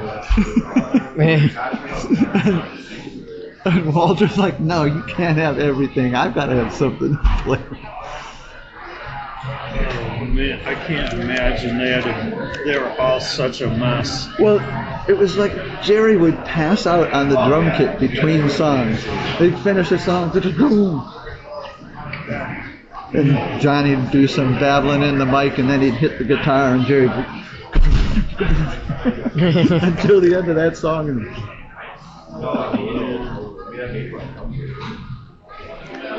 well, he said, like, Johnny Thunders is a guy, you could give him $5 and set him loose in a thrift store, and he'd come out looking like a rock star. No matter what he did, he would put it together, and it was just... So let me ask this question. Which of the Detroit punk bands was the first to release a single? I don't know. Somebody told me it was Cinecide. Could very well be. It could be Cinecide because they did have their own recording section. Could have been the Sillies too, because he had a recorder. Well, Destroy All Monsters. For sure. Nobody could afford to go to the studio. It was like $100 and some bucks an hour. It was an amazing thing to us, like to see something actually on vinyl. Mm-hmm. There was like basically one pressing plant back in those days. Everybody went to Archer. Yep, Archer, yeah. Yeah, and so it wasn't an easy thing to do. It was kind of and everybody went over to, was it GM Recording Studio, to have the guy there do the master? Oh yeah. Yeah, you were at the mercy of all these engineers that would get their hands on it. We did our first recordings in the basement in Gross Point House called Sticks and Licks. in their basement. Yeah, so we recorded there. So recording something to get a 45 was, or anything like that, was tough. And so the Suicide, I know that they had recording stuff and they were doing stuff, and they had some capabilities of actually doing something with it. We did ours, and I think one of the reasons it went anywhere was because DB had his hands on a bunch of them. And that was kind of the birth of home recording, where DIY. The actual equipment was obtainable or borrowable, and it grew from there. I think we did the other recording that went on Tremor Records, I guess it was. was one that we recorded at Sticks and Licks, and then was remixed, I think, at Joel's. It was Artie Fields. What was that name of that place? Right. I think it was Artie Fields. It was on Woodward, I think it was. By old level. Anyway, yeah, it was mixed over there. That was a cool studio. And I remember we talked with one time about recording it with what's his name? But he had just done Sweet Pea. Then we go. I forgot which studio it was we were at. I remember we could drive in and park. It was a big room. Who was it, Drew? What's his name from the Traders? Oh, was it at United Sound, maybe? Might have been United Sound. You and I went, I think, and Vince. Oh, Sound Suite. Yeah, That's where Don worked. Sound Suite. We went there, and he had just done the Sweet Pea record. Gave us all Sweet Pea records. We were talking about maybe recording there, but probably couldn't afford it. Yeah, Don was recording all that was stuff off the clock. He was like there all night. Mm-hmm. So let me ask this question, because we keep mentioning Niagara, and we keep talking about. I've talked about Hiawatha a few times. Mm-hmm. They're from the Ann Arbor scene, and Right. I guess my question is, at that time, because I know like in the hardcore scene, like it was like Detroit, Kalamazoo, Jackson, everybody kind of like worked together, you know. They'd come to Detroit, play, our bands would go, in Detroit would go out there and play at their places across the state. Was any of that like developed or happening at that time? I mean, did you guys have any bands out of the city from other parts coming in and playing? And did you guys play Ann Arbor? We played Ann Arbor. We played Grand Rapids. We played Grand. I got a tape Some of us at theater Grand there. Rapids. That was hilarious. I called it the Bookies tour. All the Bookies bands played it. I swear it was Grand Rapids. Somebody said Kalamazoo. I think it was Grand Rapids. It's a theater, and it was us, the Denizens. Yep, RUR. And some of the other bands that were all there. And we all went out there and played. I do have a tape of that, of us there. And it's actually good. One of the latter shows that we had done. And that was fun. But yeah, we all went out, and I want to say it was on a bus, but we took your old Cadillac, and everybody rode out there in that thing. And that was fun. But we played there. We played Lansing. We played at a ice rink. The Lips Are Back. They were from like Grand Rapids or somewhere out there, Kalamazoo. Yeah. Pogo Ray's from Kalamazoo. Yeah, Pogo, yeah, I'm trying to find him. he's around. I'm trying to talk to He him. shows up once in a while. He shows up on the weekends. He shows up to see us play a lot of times. But another one I'm going to mention, Master I Cylinder. was going to say Master Cylinder. They're from Harrisville. Oh, they are? And yeah. I see those guys all the time. We try to play Harrisville once a year. And Dave and I and our band, and we're up there this summer again. The Master Cylinder guys are all up there. I think they're called some of them are in the Money Gods now. But yeah, it's those places. We didn't stray a whole lot, just because it was fiscally impossible to do it. Yeah. And we did that one thing going out east and playing. To Boston. And it was like just like a complete money losing waste of time. We played in Boston at this place, and it was a thing where we were supposed to play 2 nights, and everybody's going to drive out there in Andy's van, I think it was, the roadies, the band, everybody's going out, and I looked at it and said, well, if I work that day, I'll make enough to buy a plane ticket to go there and back. So I decided I was going to work, and I met him there. And so the roadie guys came pick me up at the airport. And I go to get in, and they open the door, and all these beer cans and shit on the ground. Going, boy, I'm glad I flew. So we get there, we have the hotel rooms and stuff, and the bar owner, what do you like always doing like acid or doing something like that, and drove a convertible Cadillac or that kind of shit. We get there, and and there wasn't that many people there. It was kind of a big blowout. It was us and the Dennisons, and it ended up where the bass player Dennison's got his bass stolen. There was all I remember was the midget guy that was walking around with a little bat. And all the bikers at the pool table in the back. Yep. It was right on the wharf someplace down there, right on the water. So yeah. So the guy said, "Nah, you guys don't have to play tomorrow." They still paid us for it, and I said, "Cool, because I'm out of here." And then the rest of the guys standing, you hung out and partied with the owner, I think. Yeah, he took us to the Rat and hung out there for a little while. Yep. So that was the night there. Then we played in Chicago. Yeah. I can't think of the name of that place, but that was at least a full house, if I remember right. And we played there one night. We did get around a little bit, but not a lot. I thought we should have done a lot more with the connections that were available at the time. Would have been nice, but it just never materialized. Like these guys, you guys played in New York a number of times or something, didn't you? We played one time. Norton met Danny Fields somehow, who was the manager of the Ramones, and he had been talking him up, saying, "Hey, we got this band and everything." And he actually set up a showcase for us at spur of the moment, so it wasn't even advertised. He just wanted to see us on stage, see what we could do. And it was at Rock Bottom in New York.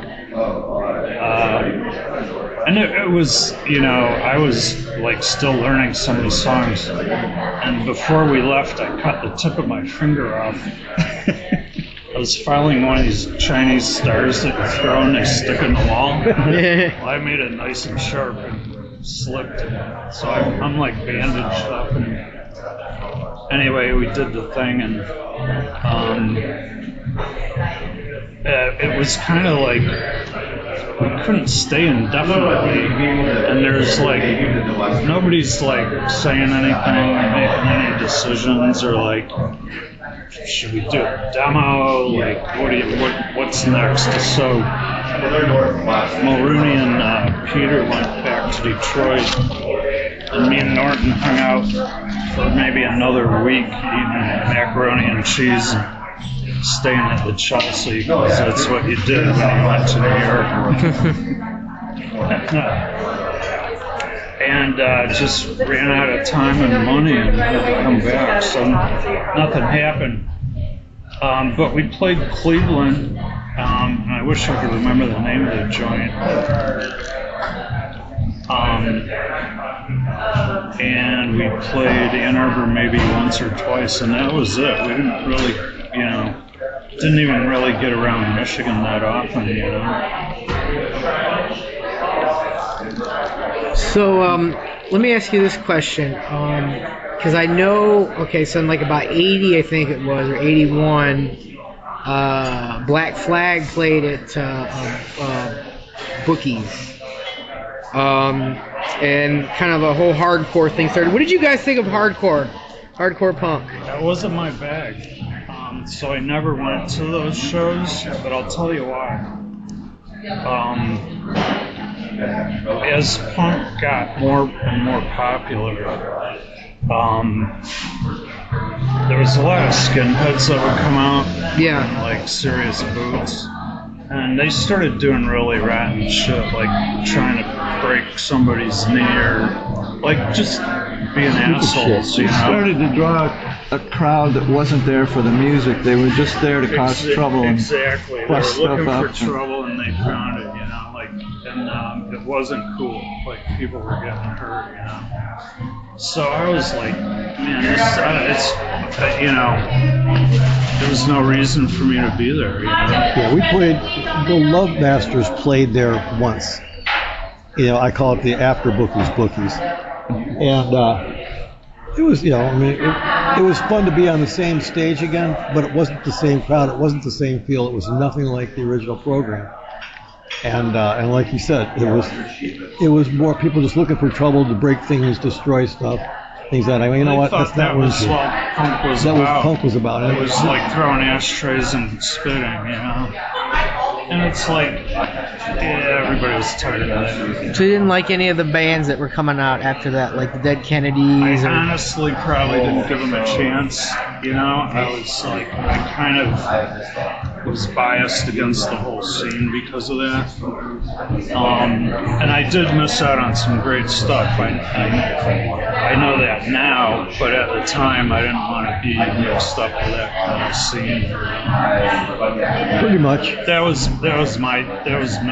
I mean, I don't know about you guys, but yeah, I mean, I would hear something that I'd like. I might not know who it is, but a lot of it was, again, it was like I said, they took the lowest form of what we were doing, and they made that the biggest part of it. And you know, well, sure, we played some of the first gigs we played. People were throwing shit, especially when we played with Iggy. Jesus. Mm-hmm. You know, roller rink at the there, or even at the lights were so blinded. But my brother was there on the side of the stage. He says, "There were so many cans and bottles that missed your head by only a foot." You know, even at Masonic, it was it was us, Skafish, and Iggy, and I think we tossed a coin to see who opened. And we got it away, so we opened. So we were the first ones to hit the stage, and people came loaded for a bear to throw shit at Iggy, and they were ready to throw shit for some reason.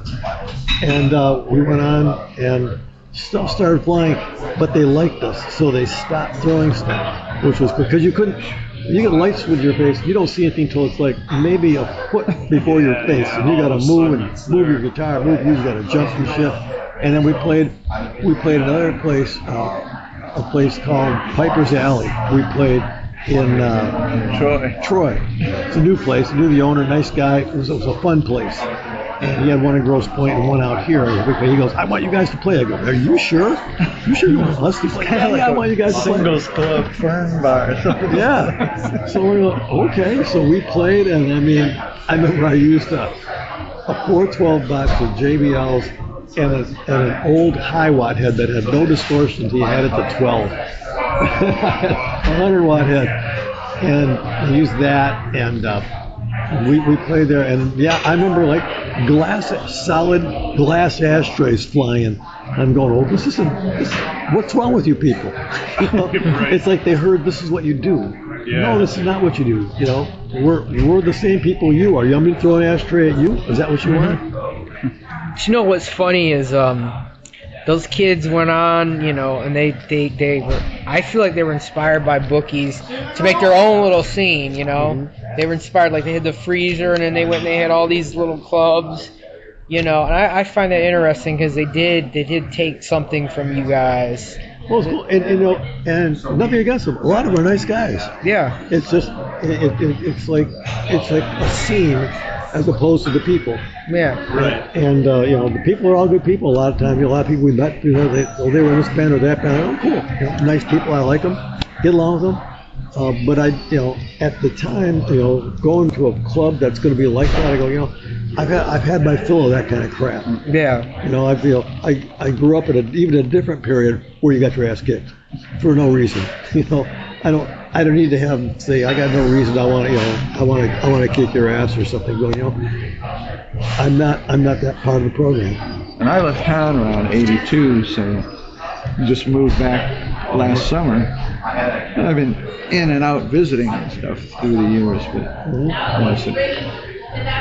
I missed a lot of that follow-up scene. I wasn't here. I was in Dallas. Mm-hmm. Well, let me ask you guys this, and I'm sure you've read the book Rock City, and you've probably seen John Brannon's comment about like the first wave bands. That he felt like you guys, it was something like neckties and like you were like more. He didn't feel like you guys were punk rock. I'm not trying to like come down on John Brandon. I'm not trying to put words in his mouth, because I'm probably not quoting him correctly. But he didn't exactly, him and some of the other hardcore people didn't feel like you guys were punk enough. That's what I got the feeling, and that you guys weren't genuine. And I got that feeling. And I'm not, like, again, I'm not trying to diss him, and I'm not trying to cause a riff or anything. But everybody's got an opinion. But I feel like when I listen to you guys sound just as punk as like whatever was coming out of the UK. I just feel like it was changed. What time period it was referring to, you know? Yeah. Well, I think too, I've seen quotes from him and who's the guy, the meat man? Tesco. I've seen quotes from him, you know, too, putting down like the whole it's like whole early scene. But I think that was just part of their pose at that time. Yeah. You know. Like we're better than you type thing. You know, just like, you know, when we were, you know, doing the things, you know, like we would put down bands that were, you know, playing top 40 hits in the bars and, you know, club bands. It was good sport, you know. We made fun of hair bands and all those East Side guys. Well, I remember being at the Elvis Costello at the Royal Oak Theater, and Geraldo Rivera was there doing little interview clips from different. I don't know if it ever even aired, but he was doing something on punk rock, and he asked me about, you know, the whole, you know, what is it about the whole punk rock that you really like, or something? And I just said, you know, like, well, it's just straight ahead, hard, dirty music. It's not like 64 tracks in a studio and layering and layering and layering. It's just in your face. And that wasn't really to put down, you know, Yes or any of the big. But you know, and I agree, but to a certain extent, we were force-fed that on the radio. Like if you tuned in the radio, the 70s could have been a fantastic decade for radio, but they were playing Debbie Boone and shit like that. It was like, and if anything was halfway rock and popular, you would be just awash in it. Like every time you turn the radio on, it would be Led Zeppelin. The same 20 songs. They called it dinosaur rock. And it's not that it was bad music, but we were force-fed. Yeah. We never had anything but that. You know? Well, it was, you know, like Bowie never really got airplay until like he was already established. You know, like early Ziggy. No, that never really got airplay. And if you look the at New York Dolls were never on the radio. If you look at the early music. stuff like that, you know, in the 60s, the mid 60s, when let's just say a band got signed, they had like free reign in the studio. You got like a 3 out and stuff, so you would actually take what you did. You'd have the time to go in the studio, record and listen, and go back and forth, and build yourself that way. Whereas you got later, you didn't get those opportunities. And then by the time we were playing it, you know, in the mid 70s later, you had to, you know, you weren't going to get time in the studio to learn your craft. You had to learn it in basements and garages and then you had like, you know, at $150 an hour, you had to go in the studio. So that meant you had to play like 6 gigs to get an hour. You know, you've already done all your live time before you actually got a chance to go in and do your recording. And then, you know, they were used to not really having, like, say, a band kick it up to be loud. We need little amps to kick it up loud, and you didn't have time to go, well, let's go back and listen to this and try to, no, this is what you did. You're done. You know, now you have to take the time, you got to mix it. Now you got to take a little more time to get it mastered, and then that's what you ended up with. You don't have that whole cultivating system of building a band up or taking the time to learn stuff, where in the 60s, you know, that's why people got good. And then in the 70s, that was going to be the end of that. And then by the time we got in there, that was those days, and they're still gone.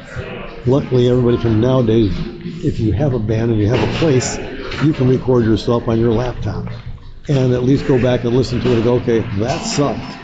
You know, I got to go in the studio with, you know, $5 million worth of electronic gear. Exactly. Well, then you're at the mercy of like some engineer who's like busy talking to his girlfriend or something when you're trying to do something really important, and you're at their mercy, you know. Whereas when you finally got it in your own hands and had control over it, it could be like night and day, you know? You get the engineer that, like their dream is to like do a session with ELO or something. Yeah. Meanwhile, Bootsy would go in there with a couple early Who singles and this is how I want my drums to sound. Yeah. If they'll listen. Yeah. Were there DJs at Bookies when you guys were there in the late 70s? In between bands? Yeah, in between bands. Yeah, there was a DJ booth. It wasn't, usually it was, Vince or somebody would be in there spinning records. Then I think later on there was actually someone who was the... Was it Diana? Could have been, yeah. So they would play like punk songs. They would do DJ punk. Yeah, there was probably more stuff available as time went on that they could have enough material to play. No. Or 60s garage rock, Yeah. played a lot of that in there too. That's pretty influential for what we were doing in a sense. The B-sides or the people that didn't get played on the radio. And it still is. Did you guys like have like house parties, like where you guys like stayed in like a house and like practiced? I know you talked about practicing in the basement. Mm-hmm.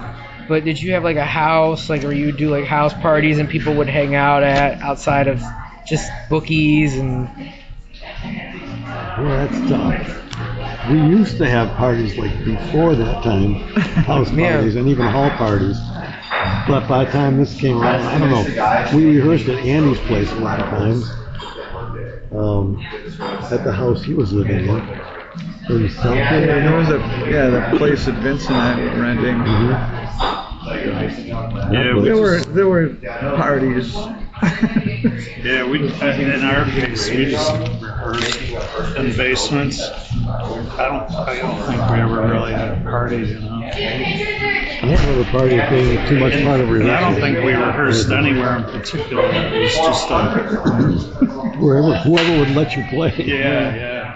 So, Vince and I, there were times where there would be like after the club, people would come over doing, whatever sort of illicit activities, and Iggy spent I don't know how many days staying there because he didn't have any place to stay, and he was in town for shows. But he stayed at Bookies? no, he stayed at our house. Oh. On the living room floor with whatever girl he happened to drag over. Oh boy. And then he would come into my room in the morning to watch Mr. Rogers on TV. Was there like a real close-knit kind of community when you guys like really like started at Bookies? Was there like a few people and then like that was kind of like it for a bit of time, and then because you've talked about it growing and more people showed up that weren't really there for like the music. I think I would think so. I would kind of call it that. Like the bands themselves, we all knew each other and we knew who would be playing something. And then you get the national bands that would come in. But the people that came all the time, like Pogo or anybody like that would be there. You catch. Did Sterling ever show up there? Sure, Sterling would be there. Yeah, I was gonna say you could almost count on like friends being there if you went out there, maybe it's because we were in bands, but it seemed like you knew everybody, And actually, in at Bookies, even in the early days, you had the same clientele working there in the gay situation as when we started off. So you'd have, cross-dressers or whatever, serving drinks or hanging out with you, and someone being a band, Susie, Clone, that kind of thing. And the bartenders, you get to know all them, and and you'd be friendly with them, and there would be no attack of or anything like that. Everybody was fine. Everybody was good with each other. Actually, I remember one night at Bookies, the bartender goes, "Can you go with me over to Menjo's? I need a bodyguard." I'm going, bodyguard. I said, I've never been to Menjo's. I said, yeah, I'll go. So we walk down the street, we go to Menjo's, and we go inside, and I see the whole program. I go dance, everybody's dancing on the dance floor. We go downstairs into the offices, and he's got to do some money exchanges and that kind of stuff. And I'm downstairs, and the beat's playing, and the dance floor just goes boom, boom, boom, boom, boom. And everybody's dancing to the beat, and I'm getting a chuckle out of this.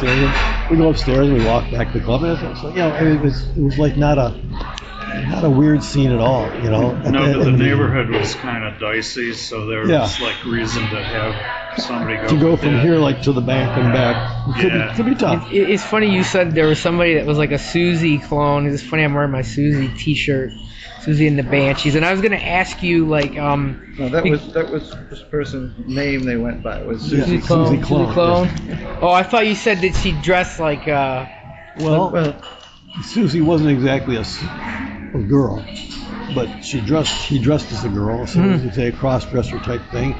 And we would do shows, and remember when you played, we played at that place on 11 Mile, that across from the biker bar. And it was the Traders, Velvet Hammer. Velvet Hammer. Yeah, we played there, and Susie came, and as the night went on, it was getting to be a little tough.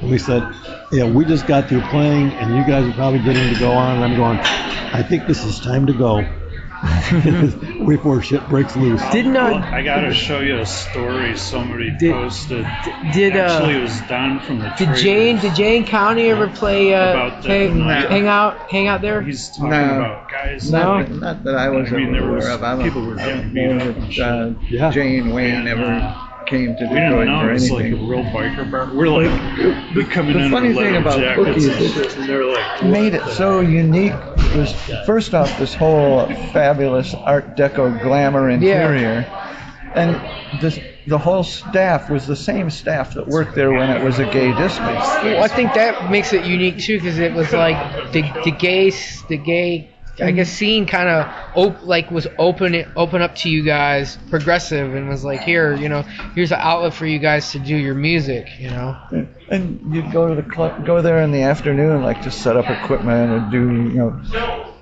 I would, like check the sound system and do stuff during the day sometimes. And you'd go there in the afternoon, and the whole bar would be, the bar itself, not the whole room, but the bar. It was like all these middle-aged gay men just having their afternoon cocktails and chatting and the gossip. And you go there, and like the bartenders would, just say things like that. Oh man, those pants are looking tight today. but isn't it something that's unique? I think for our scene that our punk scene was welcomed by the gay community. It was two worlds that met and could tolerate each other. Yeah. Well, the common denominator could be like we were outcasts, like they call it underground music for a reason. You had to go in a basement or a cellar or something to make your music, and like in a way they were outcasts. Positive too. And had to put up with a lot of shit just to get through their day, So that was, and it's not like being in a band was a hardship, but you're not exactly like looked upon as a pillar of society. No. And if you were playing punk at that time, I know that that was not looked upon favorably by a lot of people. Being a punk rocker, being into that kind of music, Well, it was, to some people it was a new thing that was scary, so they didn't understand it, and they, had that reaction. We found a lot of camaraderie in that situation. Was there a lot of camaraderie between the bands, like you guys, RUR?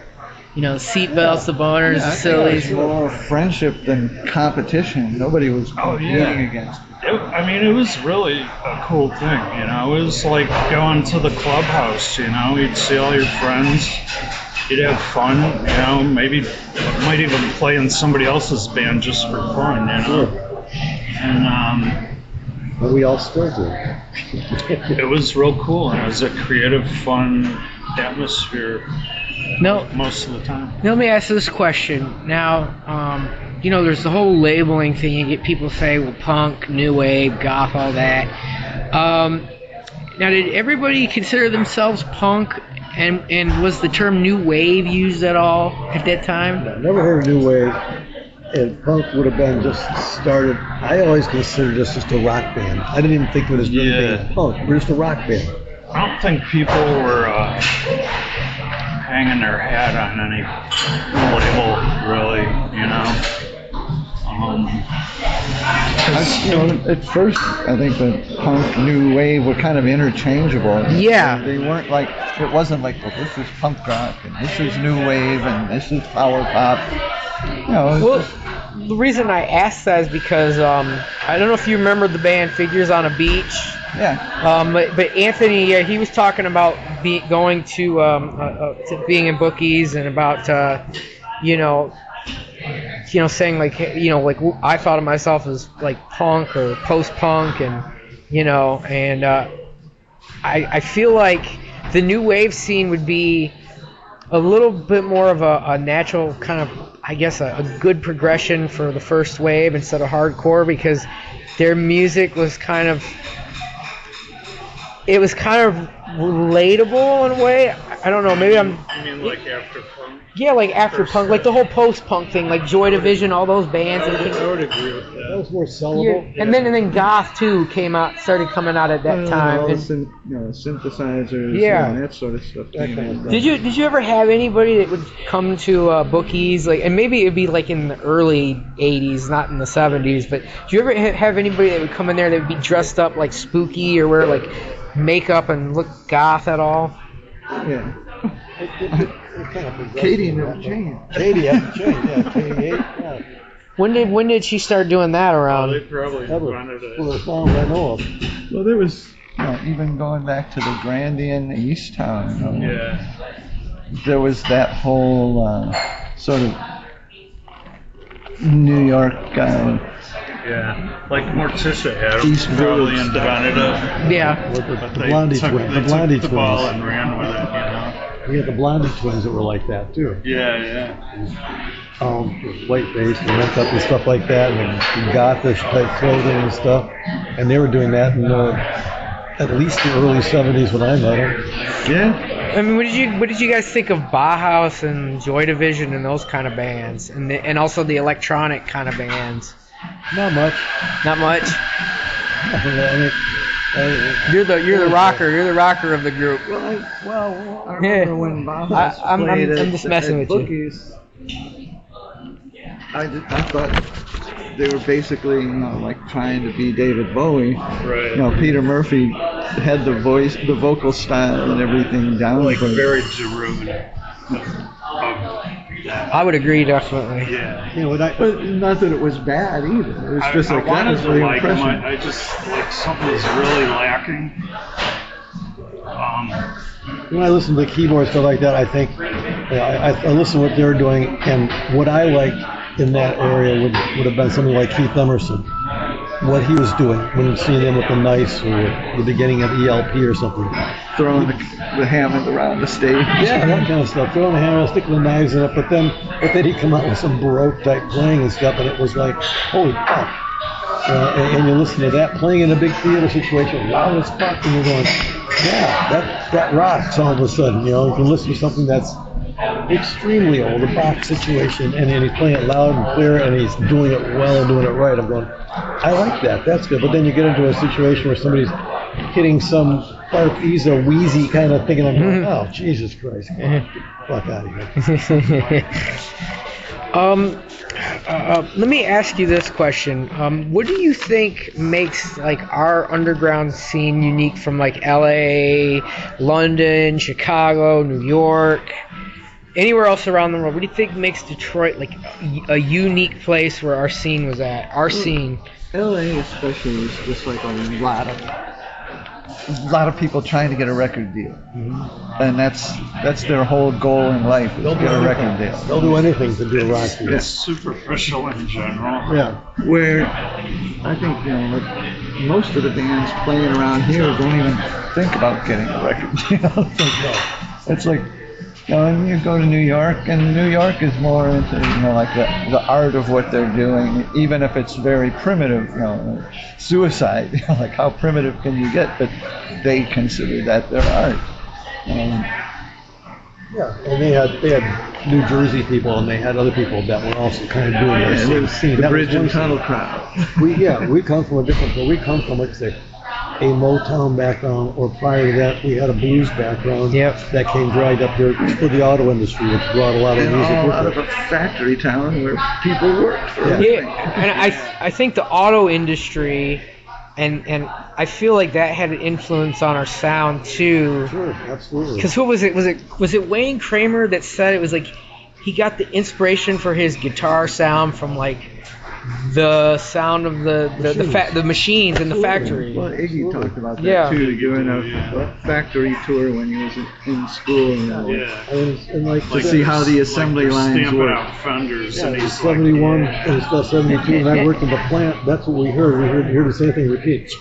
I worked at Mac and Connor at the Chrysler stamping plant. Oh well. But it was a convergence of cultures too, because a lot of people came up from the South to work in the factory. Oh yeah. And they brought all the good stuff, all the blues and stuff. Oh yeah. And, Like John Lee Hooker, he was big here. Sure. Exactly. Yeah. I think the London scene too comes more from working class. Which I feel like London could be a little bit relatable to our scene in some ways. Yeah. Because I feel like, and you can correct me on this, but I feel like with the way that Detroit was at that time, with how the automotive industry was kind of like, after the war kind of went down, they started moving out of the city. And then, you have people that are like trying to get jobs in the factory. Right. And then you have people that are working there, and it's like you're kind of suffocated. You kind of can get suffocated in the smoke in the factory, and in the expectation that you have and you had at that time. Your environment. Yeah, and that's your environment, and you think about what was going on in the country at large, and then you look at England, what was going on in their country at large, and in their deindustrialization. They were blown up. Yeah, so you see, it's like that's a melting pot.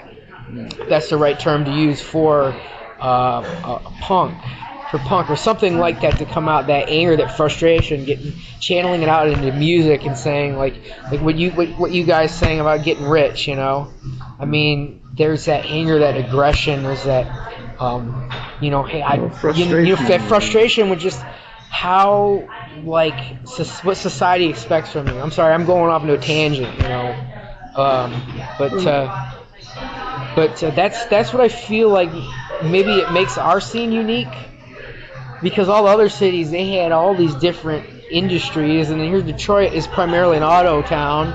And then after the war, all the industries moved out. And well, if you think about it too, like there was a point in time when Detroit was the most prosperous city in the United States. And even after the war, it picked up. The automotive industry picked way up. You had design people here. In the 40s and 50s, like things were booming here. Yeah, you had the whole design group that was here on all the companies, and you saw how cars change every year, different designs. So we had stuff to see that was changing in front of our faces driving around. So we had art in a sense, as well as the music. Well, then, if you've given that, it's a long way down to the 70s, man. Yeah. Like from that pinnacle, I can probably. Well, I'm thinking of '67 too, like the riots and stuff that happened. That kind of changed everything. Sure. And it kind of laid that foundation for that was that slow atmosphere. Coming, but that peak there, sure. Yeah, but that kind of put the atmosphere out for you have all these buildings that are boarded up or abandoned, and you have the Cass Corridor, or people don't go down to the Cass Corridor, and you have these dangerous areas. But then you have bookies, and you guys took a chance. You're like, oh, I'm gonna go to bookies, And and you created something, and there's kind of a fearlessness to it, kind of like the Wild West in a way. You looked at your other options of where you're going to go, the other clubs, and you're going, but they're not doing what you want. This is what I want. This is where I'm going to go. Well, that's why in New York everything went to the Lower East Side, because that was affordable then. Now nothing's affordable. Yeah. But I think Now the Bowery's high rent. I was able to live in New York on unemployment.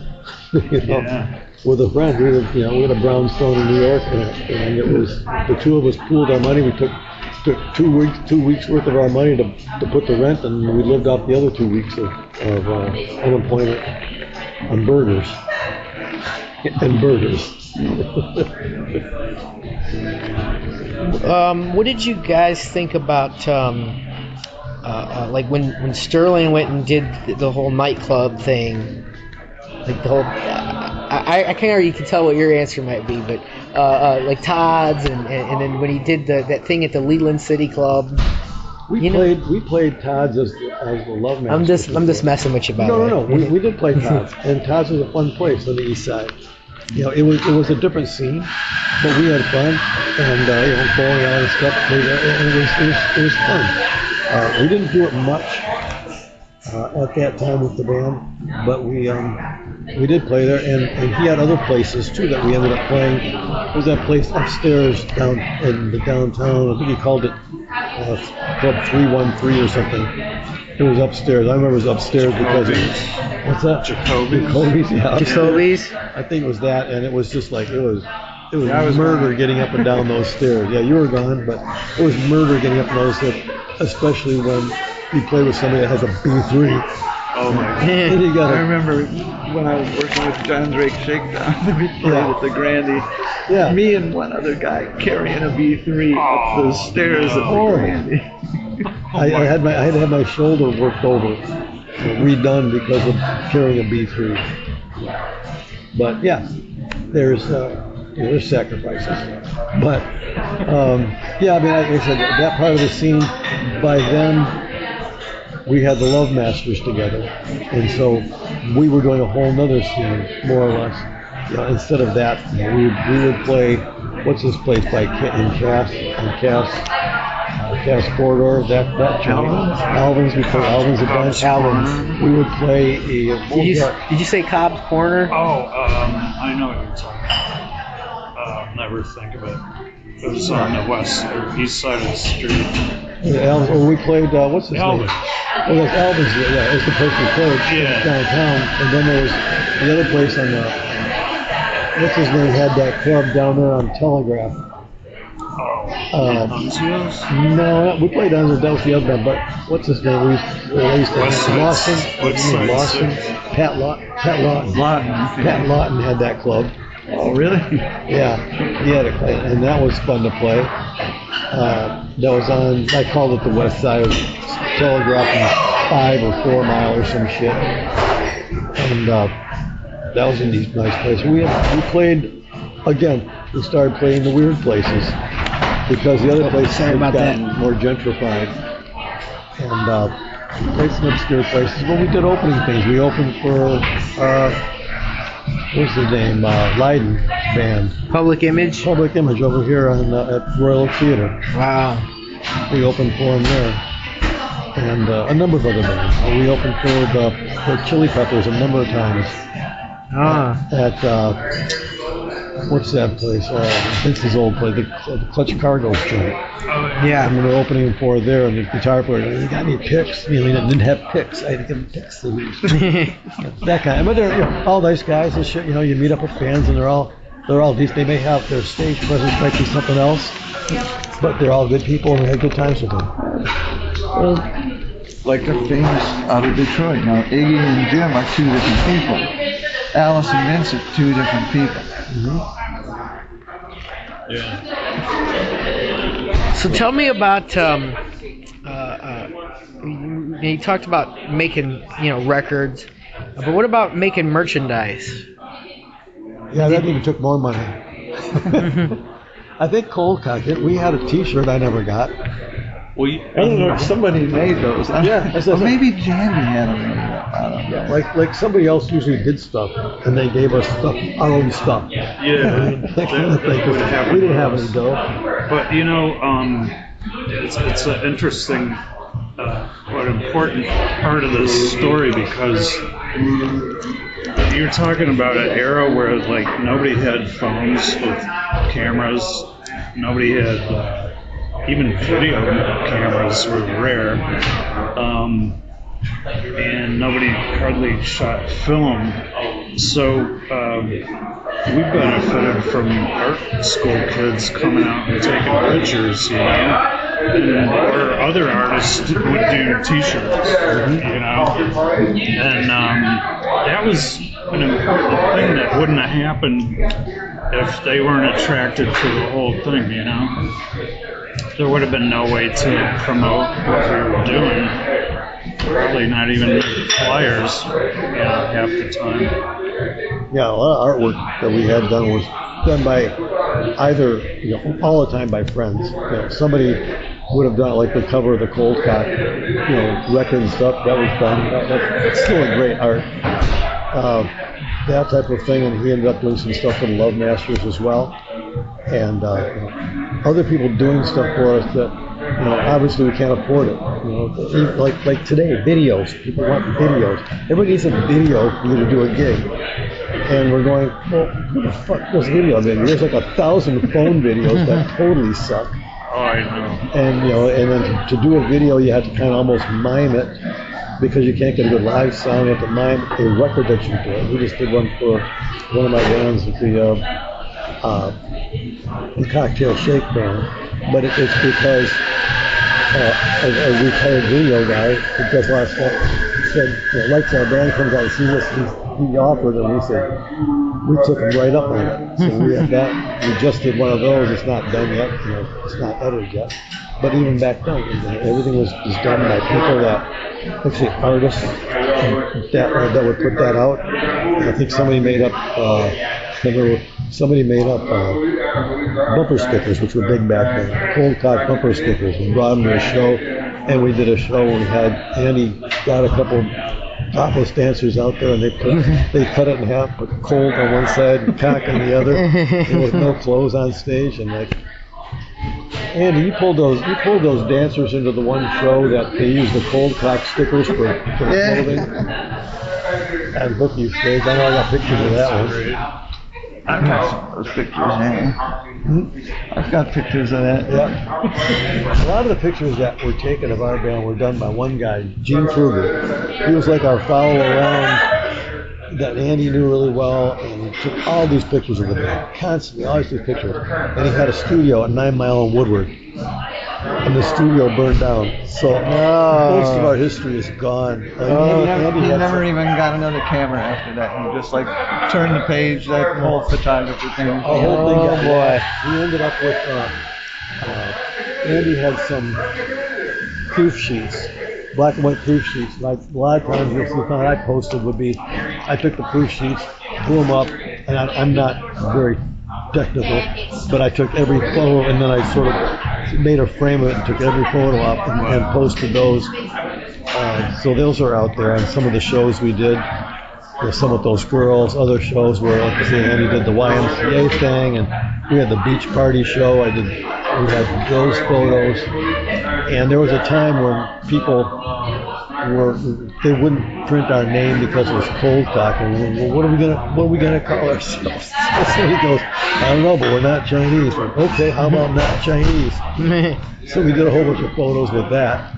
But we, you know, a lot of the photos that we did just are gone. All the live stuff, you know, and that's why I say if you could find that, those, I got hold of those movies at one time. So I posted what I could online for the Coldcock and I put it on YouTube just because it's out there, and the rest of it's in the movie. That stuff that didn't go out, and that. When you talk to Reichel, see if he has a copy of that too. I'm gonna ask him. Yeah, because that'll be vital. That covers the whole area you're talking about. Yeah. And you can see all the drunks. Everybody in their form. Everybody looks like a kid. Yeah, everybody looks like they're way young. Is there something that like you feel should be talked about like this whole scene? You know? Something that should be talked about? Yeah. Well, I think that, I mean, for some reason we got looked over. We got passed You know over. what? That's where I was going. I feel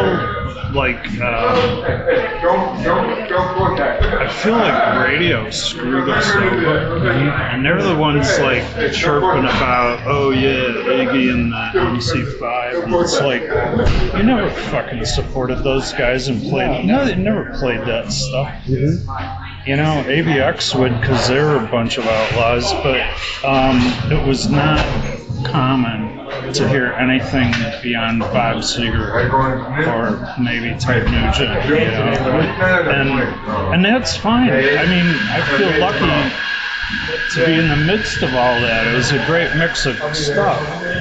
Yeah. But I feel let down by radio, and I think that's why we were all pissed. I think a lot of it, you know, and you look at it, New York got the spotlight. And the reason for that is somebody had money enough to put those guys in a recording studio, record it, produce it, release it. Talking Heads and Television and Blondie and all. Too. There wasn't a hell of a lot going on in Detroit, you know, except for industrial films and stuff like that. Yeah, there was that. We just got missed, and it's not like, you know, geez, I'm pissed we did because we had fun, and we had our lives and we had a good time with it.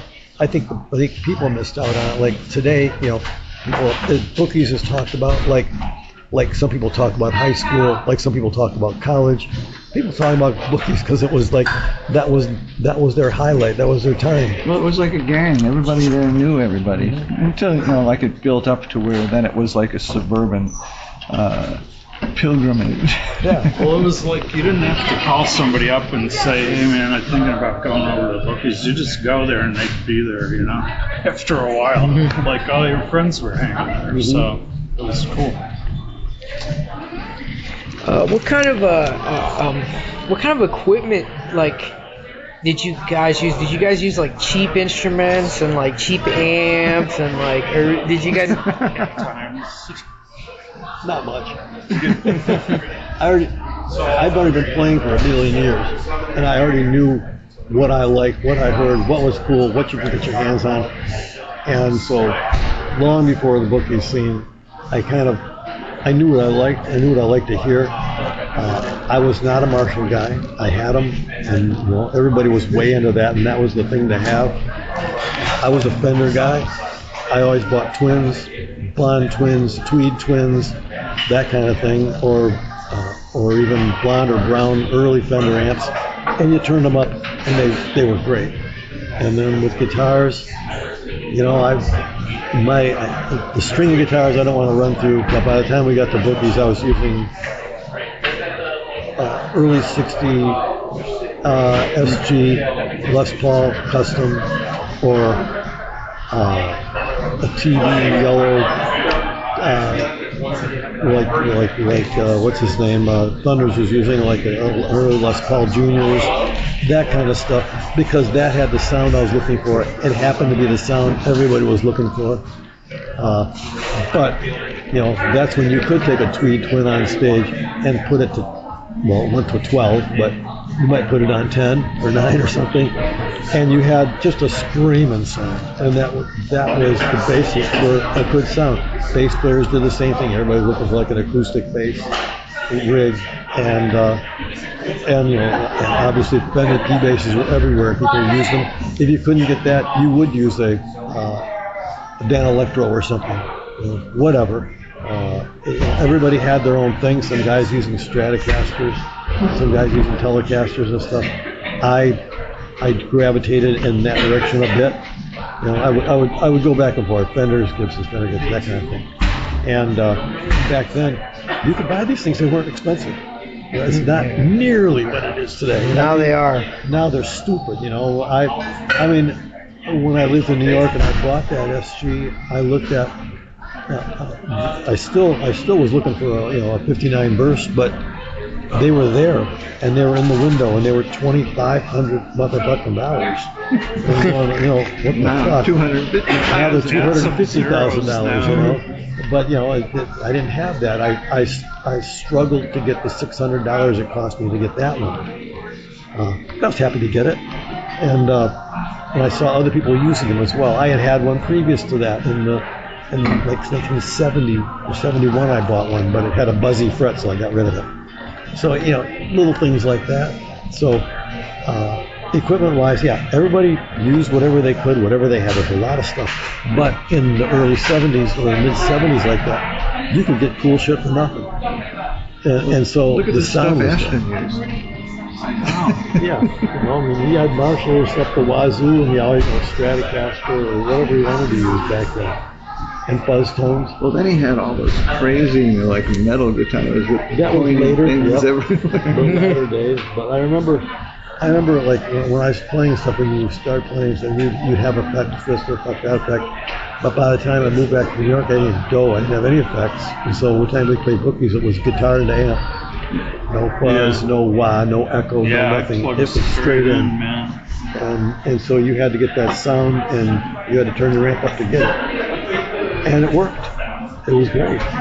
So I still like doing that sound when you can, but again, everything's so changed as far as the places you're able to play and stuff. Of course, again,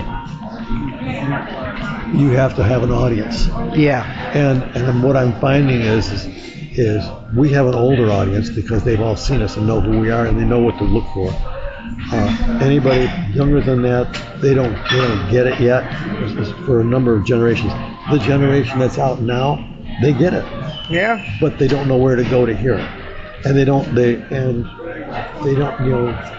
You're going to get some young people that are doing it, and you're going to get the old people like us that are doing it. And and I look at that sort of like when I was young, and people like Chuck Berry would come to town, or Little Richard, and I'm going, I don't know if I want to go see them. They're kind of old. Man, was I wrong. You get up there and you see those guys, and you go, yeah, I get it now. They're still doing what they were doing. And so when people come out and see us play, depending on either of the bands I play with, and it's funny, the youngest people come out and go, and they rave about it. They go, I didn't expect to see this when I came. And yeah. So whether it's the Stomp Rockets or the Cocktail Shake Band, people come out to see us and they go, oh yeah, I wasn't expecting that at all, and they were happy for it. So there's a glimmer of hope out there for people. There's some people like myself who have parents that were into the music, and they raise their kids on the music, and they get into it. Mm-hmm. I mean, that's how I got into it. Well, you were saying you're always looking back, and I tend to do that too. I'm always looking for the source, like, this is cool, but like, who invented it? Oh yeah. And so I'll go as far back as recorded music exists. But it's funny, like the older we get, the more we become like a source of something, just by default, because we're getting to be old guys, but we're a repository of all this old stuff that we've been drinking up for like our whole lives. We grew up in garage bands, and then the British invasion, and then the whole ballroom hippie, whacked out crazy stuff. So The more whack, the better, Yeah, people are getting to that point, especially when they're fed on the radio these days. It's just like, almost as garbage, but I could put on the radio and I'll hear 12 songs and they will all almost be the identical song. Yeah, I feel like this is the perfect condition for punk to come back. Yeah. Because whatever it's going to be called next. Yeah. I mean, it's the same thing when Elvis came out. It's like people were tired of those, of the big bands, of the big band and the big singer guy and that kind of stuff. And then all of a sudden Elvis came out of nowhere and hit it. And then later on when the British wave came through, then later on when the punk wave came through, it's different now because there's so many places to hear music, and as far as like being at home where everybody seems to want to be, it's tough to get out and to go someplace. And where do you go? Where are you going to find out where to go? There's a million podcasts of people talking about shit. Yeah. Are they from Detroit? Who knows? And do they actually know? You know, so it's a tough call. You got to be out. You have to be somebody who wants to hit the dirt to find out. And if you have a regular job and have to be work every day, it's kind of hard. We try to do early shows for that very reason that when we were young, the younger people would come out that were too young to go to bars, and they go to clubs, teen clubs and stuff. There wasn't alcohol or anything like that. You had popcorn and what do you call it, pop, and that was about it. But you saw magnificent bands, and they went on early enough. If they could, that has to come back for the young people. I don't see it happening yet. Plus, it was like you were singing a crazy variety. Like, I paid $5 to go to the Michigan Palace, and it was 5 bands on the bill. Top of the bill was Albert King, and the opening band was Aerosmith. Wow. And I wish I could remember the other 3. $5, you know. I remember a show at the Grande Riviera, like $5, $5.50, and it was like the Kinks, the James Gang, the Who, and 2 other bands, and it was like. I seen one of Howlin' Wolf. $2,000 now. Sure. I seen one they did. I think it was at the Grande. There was Howlin' Wolf, and there was like 2 other bands that opened up for him. I was sitting there. I was like, man, could you imagine if the MC5 and Howlin' Wolf shared the stage together? Like the amount of that energy. It would have been very possible at that time. Yeah, I mean they shared the same commonality. I'm sure they crossed paths somewhere. Yeah. But then you say to yourself, okay, who would do that today? Who's today's Howlin' Wolf that's going to be in there? Who's today's Rolling Stones going to play with them someplace? You know what I mean? It's like, who's going to know about today? Yeah. Where are they finding out? Where are they going to go see? I ask all the time, ask people, where are they going to see? Where are you going to see somebody that doesn't play quiet? I just talked to the guys this week about this. I go to numbers of places. I mean, there's guys that have to play to make money to earn a living, and I get that. And they are playing in the jukebox bands, and we have tried playing those places with the Stomp Rockets, and I can't tell you one gig we haven't been told you guys got to turn down, because we start playing the shit that we like. And it starts coming up. When we start having fun, we want to have fun, and that was just a little more than just one. Yeah. And we have been told to turn down after. People like it when they see it. People come up a lot of times. They go, "Who are you guys? Where are you going to play again?" I go, "Hey, good fucking luck." If you're quick on the draw, you'll be on our Facebook page and you'll know what we're playing. I said, but otherwise you're never going to find out about when we're playing again. And then I went to another place. We play at one place. We hear that same thing again. And these are places where there are some other louder blues bands that play. We play, and the guys say, well, you got to play this club. So I go out and visit that club. And they're even quieter. And I'm going, come on. I don't even have an amp that gets that quiet. Nobody wants to turn up, Nobody wants to turn up the feel. And I ask Ron, and I ask you, where do you go to hear somebody that's rocking that has a little bit of volume? Where would you go to hear that? In Detroit, in this town, or the suburbs? I would tell you, Paychecks. I don't know what they call Paychecks now. I don't know either. It's the Sanctuary. Mm-hmm. And then I would tell you the Garden Bowl. Okay. Has bands come in there. They had a band come in there. It was last year. I was there. I usually go there quite a bit. But they had this band and this guy. They reminded me of the Undertones and the Buzzcocks mixed together. And they're like about probably about 10, 12 years older than me, And they're a national act. They're not a national act. They're a local act. Oh, okay. Yeah, I was going to ask, do they let local guys open for? Oh yeah. Well, they have local guys come in and play there all the time. Well, the Garden Bowl, that's with that's the same people that have the Bolero, right? They have the Majestic Theater and the Magic Stick. The Stick. I know he has Bolero. She has Bolero. She might play there. She might. Yeah, we just did a thing there. We play there a lot. On occasion. There are some bands that I will go out of my way to see, if they're big acts, you know, like that, and they want to charge a bit of money, like okay, like the Damned are going to be coming back, and they're playing in October, and it's like that's my favorite punk band of all time. Where are they playing? They're playing at the Majestic. Okay. And this is supposed to be their last show, their last tour they're doing, and it's like they want what $50-$60 for it. I said I'm going to pay $60 to see the Damned because the last time I saw them, they put on a show, and I said this right here made me want to be in a band. I talking to Captain Sensible, Rat Scabies, they inspired me. Went and got the guitar, went home, learned everything I could, and learned all the bass lines and everything I could off of that.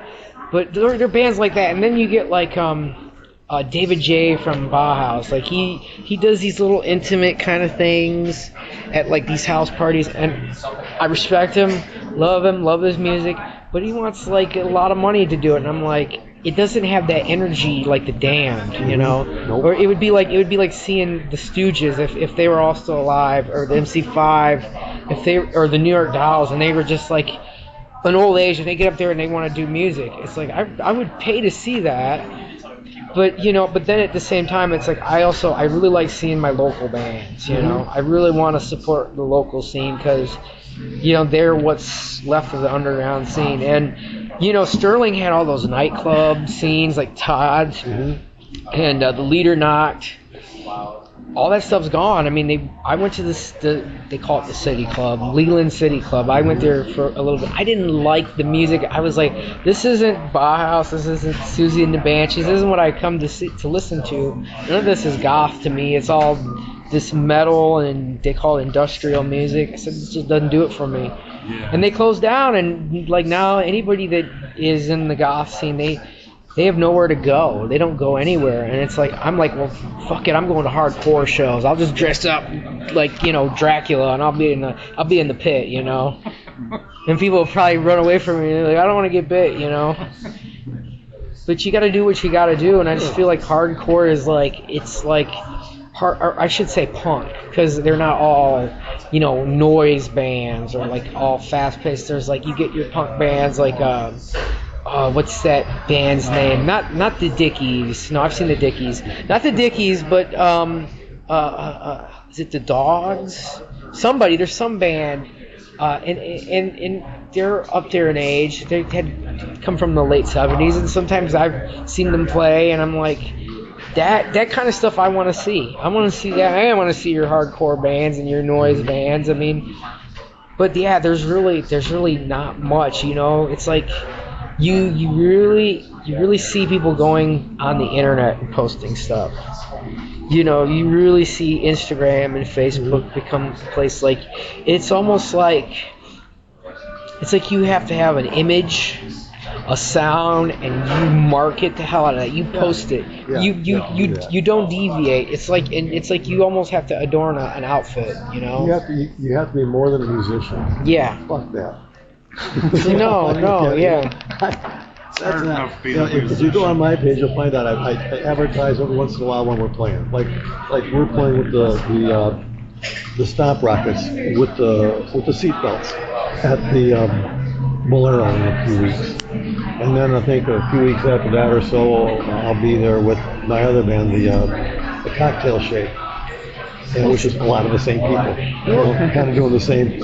Different set lists, different singers. We do more original stuff with that band, and this band here we do a lot of cover stuff, but it's all the weird shit you don't hear anybody doing. Well, it's like Marlo reached out to me, and she because Rick Mills, he still does music, and I don't know what his band's called now, but he's got two or three different. Yeah, 2 or 3 different bands, but she's like, well, mark this down your calendar on like May 13th or 14th, Saturday. Rick is playing at Trixie's Bar, and I'm like, I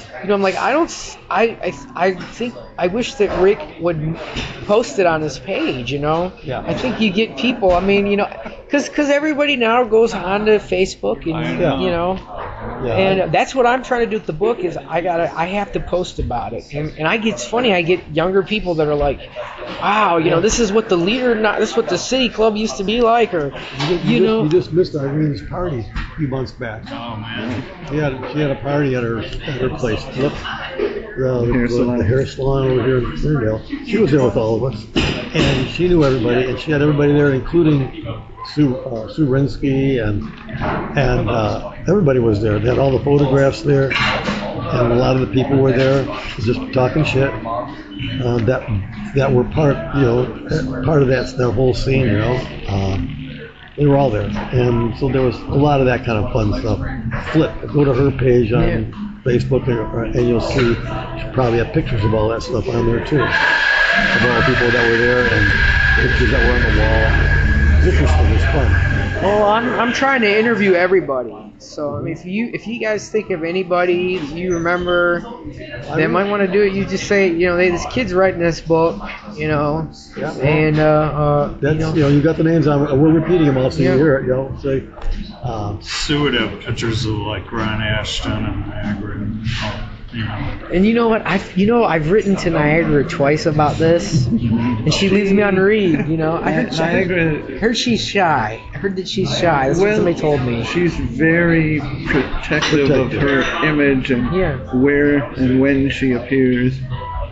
Well, I told her. I said, listen. I said, I want you to be in this book. I said, listen. I said, you're unique because you were a woman in the scene. I mean, like. I hear all these people, for a long time I hear people say, there weren't a lot of women in the punk scene. And then it's like, I'm like, no, that's not true. I'm like, you had plenty of women in the punk scene. But, Carolyn, whatever. Girls Trio, and a lot of those people. And, a lot of people were. But I told her. Blondie girls. But what's interesting is she wouldn't write me back on any of that. But when I interviewed Sterling, and I posted that on my page, she wrote me this comment. She's like, "You tell good stories, man." Yeah. And I was like, okay, I'll take that as a compliment. I'm like, she knows what I'm doing, but. I've had people be like, do you want me to reach out to Niagara for you? I'm like, yeah, sure. I'm like, I would appreciate it. Mm-hmm. I've probably had quite a few people reach out to her and like, you need to talk to Creighton, Well, things could change too as you draw more people into the project. She recognizes the names more. She'll recognize these names. Well, her and DJ Diana, because she talks about. I met her. Get a hold of Mike Halloran too. Oh, I got to tell you about Mike Halloran. Let me tell you about Mike Halloran. Okay, so about 3 weeks ago, I had. Do you know who Sue Summers is? It's Joey Summers' sister. Yeah. Okay. I asked her. I'm like, hey, because I'm not friends with a lot of these people, and I'm like, hey, do you talk to this person, that person? I'm like, I said Mike Halloran, because everybody's talked about Mike Halloran, and so she sent me his email, and I wrote Mike, and I'm like, hey Mike, my name's Creighton, I'm like, my mom is Michelle, you might remember her, and I explained what she looked like and everything, and I'm like, I'm writing this book about the scene, and I'm interviewing all these people, and I explained my full project, and he's like, okay, he's like, I'm interested, he's like, so what's your background in the scene? Like, I'd explained to him already. And I'm like, okay. And he's like, and do you have any recordings that I could listen to? And I sent him these recordings. I interviewed Roman Jug, who played in the Damned for a while. And they did their whole Phantasmagoria album, the goth album. And I interviewed him. And I interviewed a guy from a band, goth band. The funniest name. Weirdest name, Sex Gang Children. They were a British goth band from the early 80s. They were one of the first. And I interviewed the bassist and the singer. And I sent it to him. I'm like, here are my interviews. And I sent him the one I did with Sterling. And he writes me, he's like, these are great interviews, but let me tell you this. He's like, I will tell you this. You need to get 2 microphones, a camera. You need to have good recording software. And then he writes me, and I knew that was all advice, and I'm like, okay, yeah, this no big deal. I could probably work on that. And then he was like, but he's like, well, once you get your chops down, then I'll let you interview me. And I said, what? I said, okay, with you guys, like, this is my first time interviewing 3 people at a time. When it comes to one-on-one, 2 people, it's like, I got it, you know. A little shaky at first, but I get into it and I work with it. And he didn't reject you outright. He just wants to see a better production value. That's all. Yeah. I mean, but he, you know, he's been in the radio business. He's been out to LA. I have people tell me, they're like, I think that he wants to see if you're actually dedicated to doing this. Okay. And like, you know, are you putting time into this? I'm like, of course I am. It's like Jerry Vile. I talked to him on the phone. I get a phone call, you know, like it was Tuesday or Wednesday night, and I'm getting ready to go to bed. So I'm like, I couldn't answer the phone. I'm already asleep. And it's Jerry Vile, and I look the next day, and I'm like, Jerry, you know, you tried calling me, you know, call me back, and he talks to me on the phone. He's like, all right. He's like, well, I gotta make sure some things from you. He's like, well, I want to make sure one thing. He's like, you know, Steve Miller, when he did that book, you know, he did not get good fucking pictures at all, and I want to make sure you're gonna put good pictures in here. And he's like, are you gonna get good pictures? And I'm like, yeah, yes I am. And he's like, and I gotta make sure another thing. And he's like, how dedicated are you to writing this book? And you know, you got a publisher? You know, how are you gonna format this? And then he's like, and I gotta tell you this too. He's like, you know, I have a girl here that's writing my memoirs or autobiography, and she's doing a documentary about the Dirty Show. And I said, Jerry, that's fine. I'm not want to talk about the Dirty Show. I want to talk about the Boners, you know. I want to talk about your early time in the scene, you know, what you did in the 70s and 80s here. And then I said, I am as dedicated can be, you know. I've put a lot of time and effort, money into doing this, you know. Yeah, I use a $30 tape recorder, but it works for me. That's what I told Mike Halloran. And I said, as for pictures, I said, I'm going to try to get what pictures I can that are good.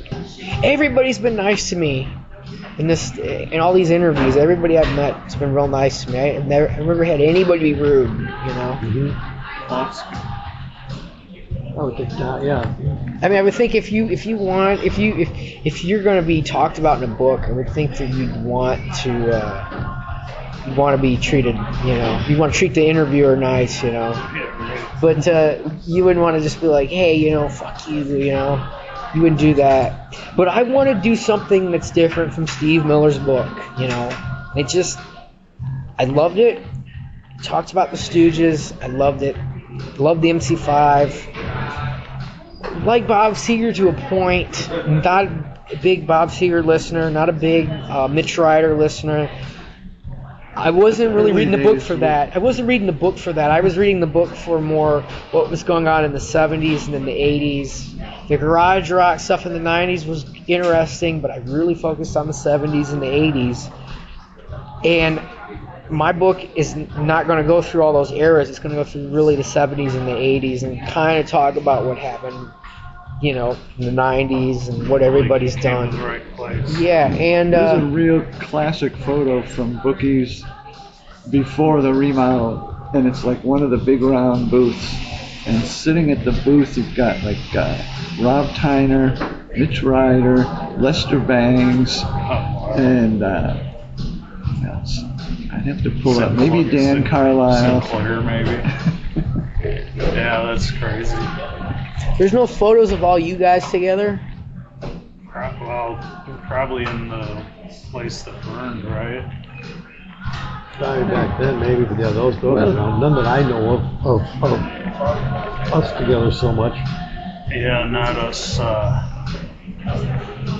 One spot. Well, there should be photos of the Ramrods around. Oh yeah, there's lots of little Ramrods.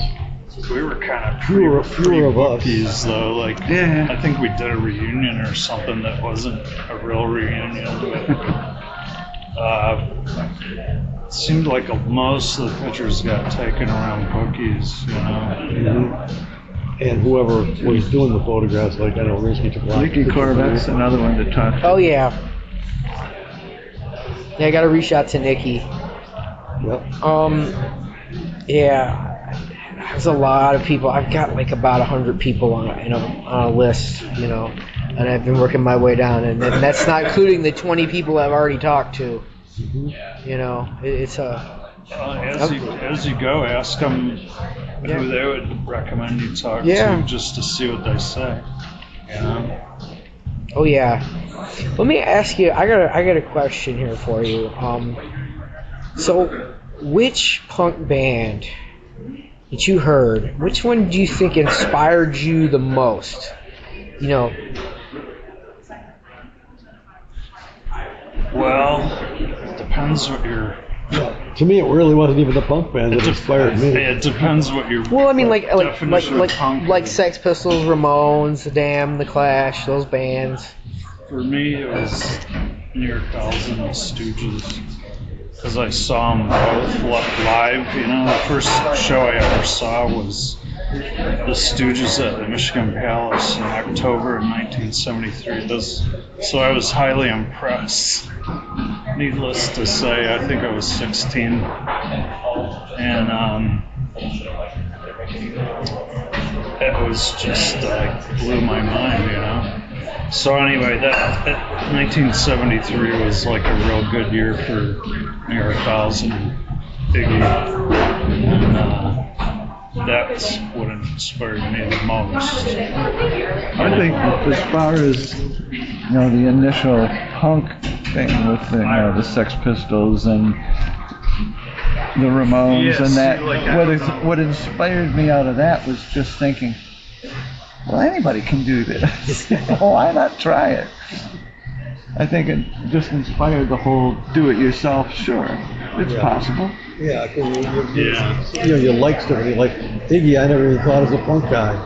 Just way before it was just another rock guy. That's what I mean. Like what you're saying is probably when the Damned and Sex Pistols were out. It's like that was definitely labeled punk. The first Heartbreakers album. Yeah, that kind of stuff. Yeah, that's all good stuff. Rock and roll, really. Yeah. You go to clubs and you go to the clubs in New York and you see these guys. You see, the Ramones, or Talking Heads, or television and stuff, and they're going, okay, I get this. They're playing. A lot of times they're playing covers. They're playing them faster and they rock. I go, I get that. We've kind of been doing covers and rocking all our life. So, moving back here was like, but nobody's doing that here anymore. What the fuck? Andy, you want to do that? Yeah, let's do that. Okay. So we'll do that. I remember putting the first Ramones record on, and then after the third song, I was laughing. I was like, oh my God, they're all like this. Guitar in one speaker, bass in the other speaker. It was like a beautiful thing, And there's something about it too. I feel like when you guys listened to it at that time, it was like there's nothing that sounded like it. There was nothing really that sounded like all of that. The obviously the '60s bands and '50s stuff, but it was like for a lot of people, it was like that's like their first time ever hearing anything like that. And now it's like somebody my age, it's like if you don't. It's a different experience when you listen to it. And for me, it's like you guys got to see these bands play. And for me, it's like I never got to see them, so I like have this mythical image ingrained in your head. It's like of like Iggy and of like the Dolls and Bowie and all these people. A lot of times, from then and onward, people come up to me all the time. You guys really got a Detroit sound. I'm going, really? I don't hear it. I don't know what you're talking about. I don't know what that is. But thanks, I guess. It's a good thing. Well, the Stooges, the early Stooges, the first album and before, you never knew what you were going to see. Right. Ron and Dave and Scott would just have this thing going, and you didn't know what Iggy was going to do. Yeah. Sometimes he would just stand there at the edge of the stage and just claw until he had blood running down his chest, and then he'd go back and get the microphone and start singing. Or he'd stand at the end of the stage and look around and just lean until he just fell.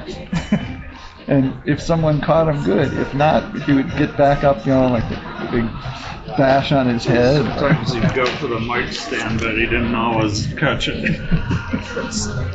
Yeah. And the MC5 live was just like, That was awesome. it was just like, Nobody was doing that. Nobody was doing that. Did you guys have any fanzines back then at that time? Nothing you read? well, like there's White Noise, Yeah. Jerry Vile, and sure. Paul Zimmerman's. Orbit. Well, I guess it eventually became Orbit. Yeah. But White Noise was first, and that was sort of the Detroit bookies punk zine. What would they do? Like 3 issues, maybe 3 or 4 I got total. 2 of them at home. They were all good. I mean, it was about the scene. It had all those pictures of all those people in it. Talked about it. Who's playing where and stuff like that. But there wasn't many. I mean, obviously there was Punk Magazine and that kind of stuff that came out, and there might even be a blurb about your band in it or something. But not really much as far as that part of the scene. It wasn't until it became, let's say, popular enough to sell a magazine. And other than that, there were magazines obviously beforehand about bands and stuff. Once in Probably a the while, best magazine of the time was New York Rocker. Yeah, New York Rocker, sure. once in a while, something would pop up in Cream magazine, Yeah. but not real local. Like it would be somebody that's at least got some records out usually. You see, like interview or something like that in New York. Well, we had Or the, Mike Duffy at the Free Press, and who was the other guy that wrote for the newspaper? Even Bob Talbot would occasionally mention Yeah, we put something up every now and then. But there wasn't any specific thing other than White Noise. That would be a local rag that you could look at. I know there was one in Lansing because we did a benefit for him one time in Lansing. But I don't remember what the name of it was. did you guys listen to CKLW a lot back in that time? The 60s. In the 60s? Yeah. Yeah, before ABX and FM radio came about, it was CKLW and WKNI. Yeah. I remember a fond memory is sitting in my dad's Buick Wildcat, and Hendrix came on the radio, like tube radio in the car, and it just sounded amazing. It sounded incredible. The bass was like, the car was like cast iron to begin with, so it was like, Yeah, we did. I listened to all those when I was a kid. My dad repaired radios and stuff like that, TVs. So I had my own TV in my own bedroom. It was it was one of those big box things with a radio and a round TV tube, but I was able to watch Nightmare Theater and shit on that. And it had an AM FM radio, so I would pick up Joel Sebastian and Lee Allen and whatever that was, the Channel 7 radio thing. And they would play all the rock stuff to hear that, but that was 65 and earlier. And so I got to see all the TV shows. I could see bands actually on TV at times. But that was way early. As far as the 70s go. did you ever watch Swingin' Time? Or, All the time. Yeah. They had Detroit bands on. Yeah. You could see the Rationals. They were always on. Yeah. Do you guys remember a band, like the early 70s, the Punks? The Punks, yeah. From Detroit. Yeah, they're from Detroit. I remember hearing something about it. It was just, they weren't part of the scene at all. They never played anywhere that I Neither ever early 70s, right after the Stooges, or right around the tail end of the Stooges. They, I listened to them. I'm like, they sound quite a bit like the Stooges, and they kind of look like the Stooges. I remember the Bus Boys were nice, but I don't remember the name of the punk. Did you guys ever get anybody from Canada that would come over to see you guys play, or was there any connection with Canada? Because one of the things that I'm trying to like talk about is because I've had DJs and people tell me, oh yeah, we get our stuff imported from Canada, and, you know, because you could pick up stuff on Canadian radio at certain times. They would play things. Like in Toronto, like they played like Sex Pistols. Somebody said they played the Sex Pistols somewhere. Later on, there was some really good stuff. There was Teenage Head. There was... But you could get records there too. Like you go right across the border and get like a record that wasn't released Vince here. Was from Canada, and yeah, a lot of his buddies would come over to see the shows. Yeah, Vince told me about that. Like they got the Beatles, something from the Beatles, like before it came out. Forgotten Rebels. I got Naz 3 in Canada. Never heard of it until I saw it. Dash the Slash was Canadian, I think. But somebody was telling me about Toronto. There was there was some correlation with Toronto and then Windsor and with Detroit. You know, Toronto was rocking in the early 70s. Yeah, a lot of people I know would go to Toronto to go buy clothes. Yeah, because you could get all the British. That's what we stuff. did. Or they're all handmade stuff. You guys didn't have a shop here where you guys would buy clothes from? No, man. We had the Did you ever thrift shop your clothes? We liked Vince's boots, so we all piled in my dad's '68 Wildcat and drove to Toronto just to buy boots. Turned around and came back. There was Granny Takes a Trip had a store in Birmingham for a little while. They had all that British stuff. Amir had the zipper. Yeah. He had that and Just Looking Bootery. Oh yeah. And Fire Mill Village. Amir, what's Amir's last name? Daza. Oh yeah, I know who you're talking about. He had clubs too. Oh yeah. Like the Asylum, I think it was. He was partners with Vince for quite a while. And yeah. Then he started doing all that stuff in Pontiac, buying real estate and buildings, and he had that industry and the theater building. Clutch Cargo moved out there. That was actually kind of cool down in the basement, right? Yeah, in the church. Yeah, those were we had some places to get clothes, but they were getting them from Toronto probably. Yeah, you know, we would go to Toronto and like just say, I want this shoe, this platform, I want this shape, this color. Yeah, they blah, would blah, make them. And they'd show up at your house, you know, 2 weeks later. You know, a pair of boots or something, or you got, you know, I like those shoes, but I'll buy those.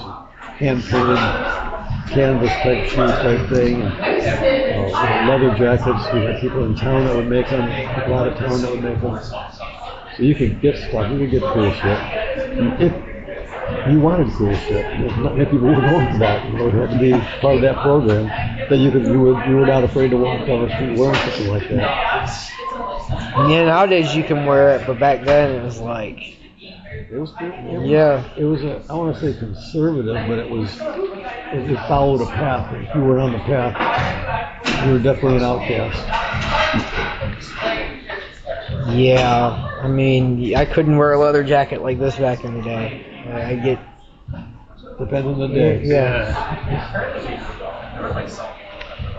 But if you gentlemen, if you got any like last words you want to say for the interview, anything that you want to say or something you want to bring up about the scene, any like stories, you know, of like any funny stories. I mean, any funny stories you want to talk about, or any memories of like, oh yeah, when this band played, they did this or that, you know. Ask Jerry about the Flying Nun show.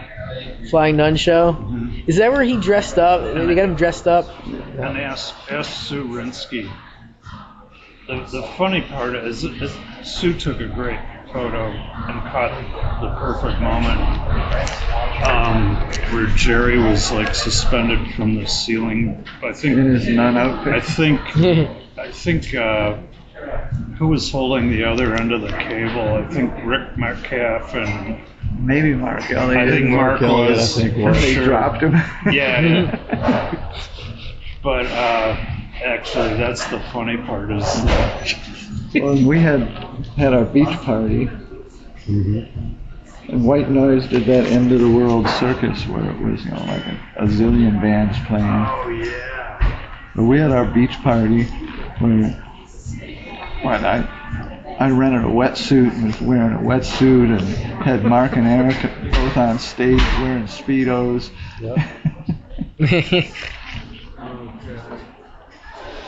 So there were a lot of themes to a show sometimes. That's where all these ideas came from, Yeah, we could do that kind of stuff then and get away with it because people wanted something different all the time. And you didn't have to. It wasn't a jukebox. Yeah. It was something different every day. And that's something you want to impress on people in the book or something. Is kids get out there.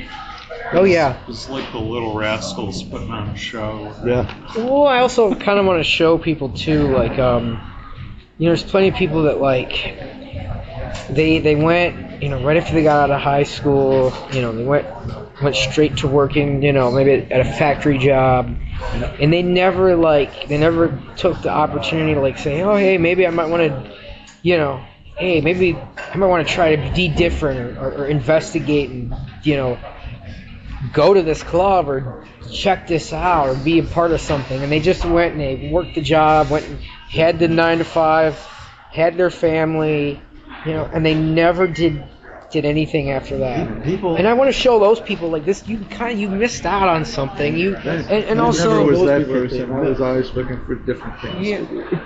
But also like show like they miss something and they're not going to get it back. Now a lot of those people get out now and go to shows. I run into a lot of old people that went out back then, did all that, and now they're back out again looking for stuff. They don't really find much, and they end up at these, jukebox places because at least they're listening to live music that's not irritating. Like if I'm working all day, and I work during the day, I listen to the music on the radio, and I can listen. I can't put on a station for very long. Anyone from anywhere before I get irritated. And it gets, and I don't have the time to sit down and go, I'm going to put all these CDs on this player and play what I want to play because obviously it'll end really fast. Yeah. And so I can't really listen to the radio unless there's a specific show that I like where there's somebody who's going to play the next hour and a half is going to be shit that I like. I live for those. I can put them on and I can carry on. But then the people, if you want to hit us, the young people, get them off their ass, get them off their phone, get them out of the house, get them somewhere. I mean, of course. You want to get them out too. I don't know where they're going to go. I can't tell them. That's for them to find it. Well, I also want to show like people, like, they focused on New York and Chicago and LA, and I'm like, you missed out here. We had something here that was just as capable, and it's just constantly Detroit getting overlooked. Absolutely. Totally did. Constantly. The only people that made it were people that could either get out of town and then made it out of town and came back. But people in town making it, no way. Those are big media centers too. Like, they spit out magazines and TV shows and back then not many TV shows, but the media supported the arts. And let me throw out the section that our band played in Ann Arbor 2 years ago or something, Christmas time. And we played at this bar. We played like a 2-set place out there early from like 7 to 9. And we rocked the joint. It's fun. And somebody came, it was a writer for the New York Times, was eating next door with that. And he went out to catch his Uber. He was waiting and he heard us. He came in and spent the rest of the night in the bar listening to us. And said to the guy who puts this thing out, he goes, would you mind if I write a story about this place? Because there was a lot of old people, old hippies from Ann Arbor, and they were rocking the whole night. And he said, yeah. So he came back the next night. It's only on Friday nights. Came back the next Friday. We weren't playing. His band happened to be playing, but the place was packed again. And he had a photographer from Royal Oak come out and take pictures. And he wrote a whole page story, 2-page story, I think it was, in the Sunday New York Times. It's on the front page. And but he got a picture of the singer and I, and put us in there, and myself and he are on the front page of the New York Times. Amazing. I got about 6 copies of it. Yeah, they put us on the cover, and they didn't talk about us much, but there was a follow-up article that talked about the day he went in there and the band he saw and stuff, and talked about us. But the main article, I don't care. Hey, it was the only time you'll ever see my face on the cover of the New York Times. It's like a January issue. The cool thing was it was totally unplanned. He was like walking by the joint. And I think he was driving his wife back to school. She worked at the school. It was a teacher. Total freak accident, but he liked what he heard. And then you go with the whole New York type of connection where, it takes somebody of that, let's say, power or something to get something printed in print about a band or about anything, about a scene, which is actually the thing is about the scene that goes on. And we couldn't get a gig there for a while because everybody wanted to play there all of a sudden. But yeah, that's that whole thing with the media being in LA and in New York. That's why they get everything. That's why everything's pushed that way, and Detroit gets overlooked for a flyover. Yeah, a lot of bands don't even come here, man. Well, you can watch for a band you want to see, and they won't be here. Yeah. Well, gentlemen, it's been a pleasure interviewing you. Nice to meet you. It's nice to meet you. Yep. Nice to meet you. We'll be around. Yep. And I hope to see you around. And I definitely want to write something really good and make sure that I cover our scene and cover you guys in the first wave. And it's going to be a good book. You know, you just got to be confident about it. Well, I like where you're coming from. You know how to get in touch with all of us. Yeah. So. I don't have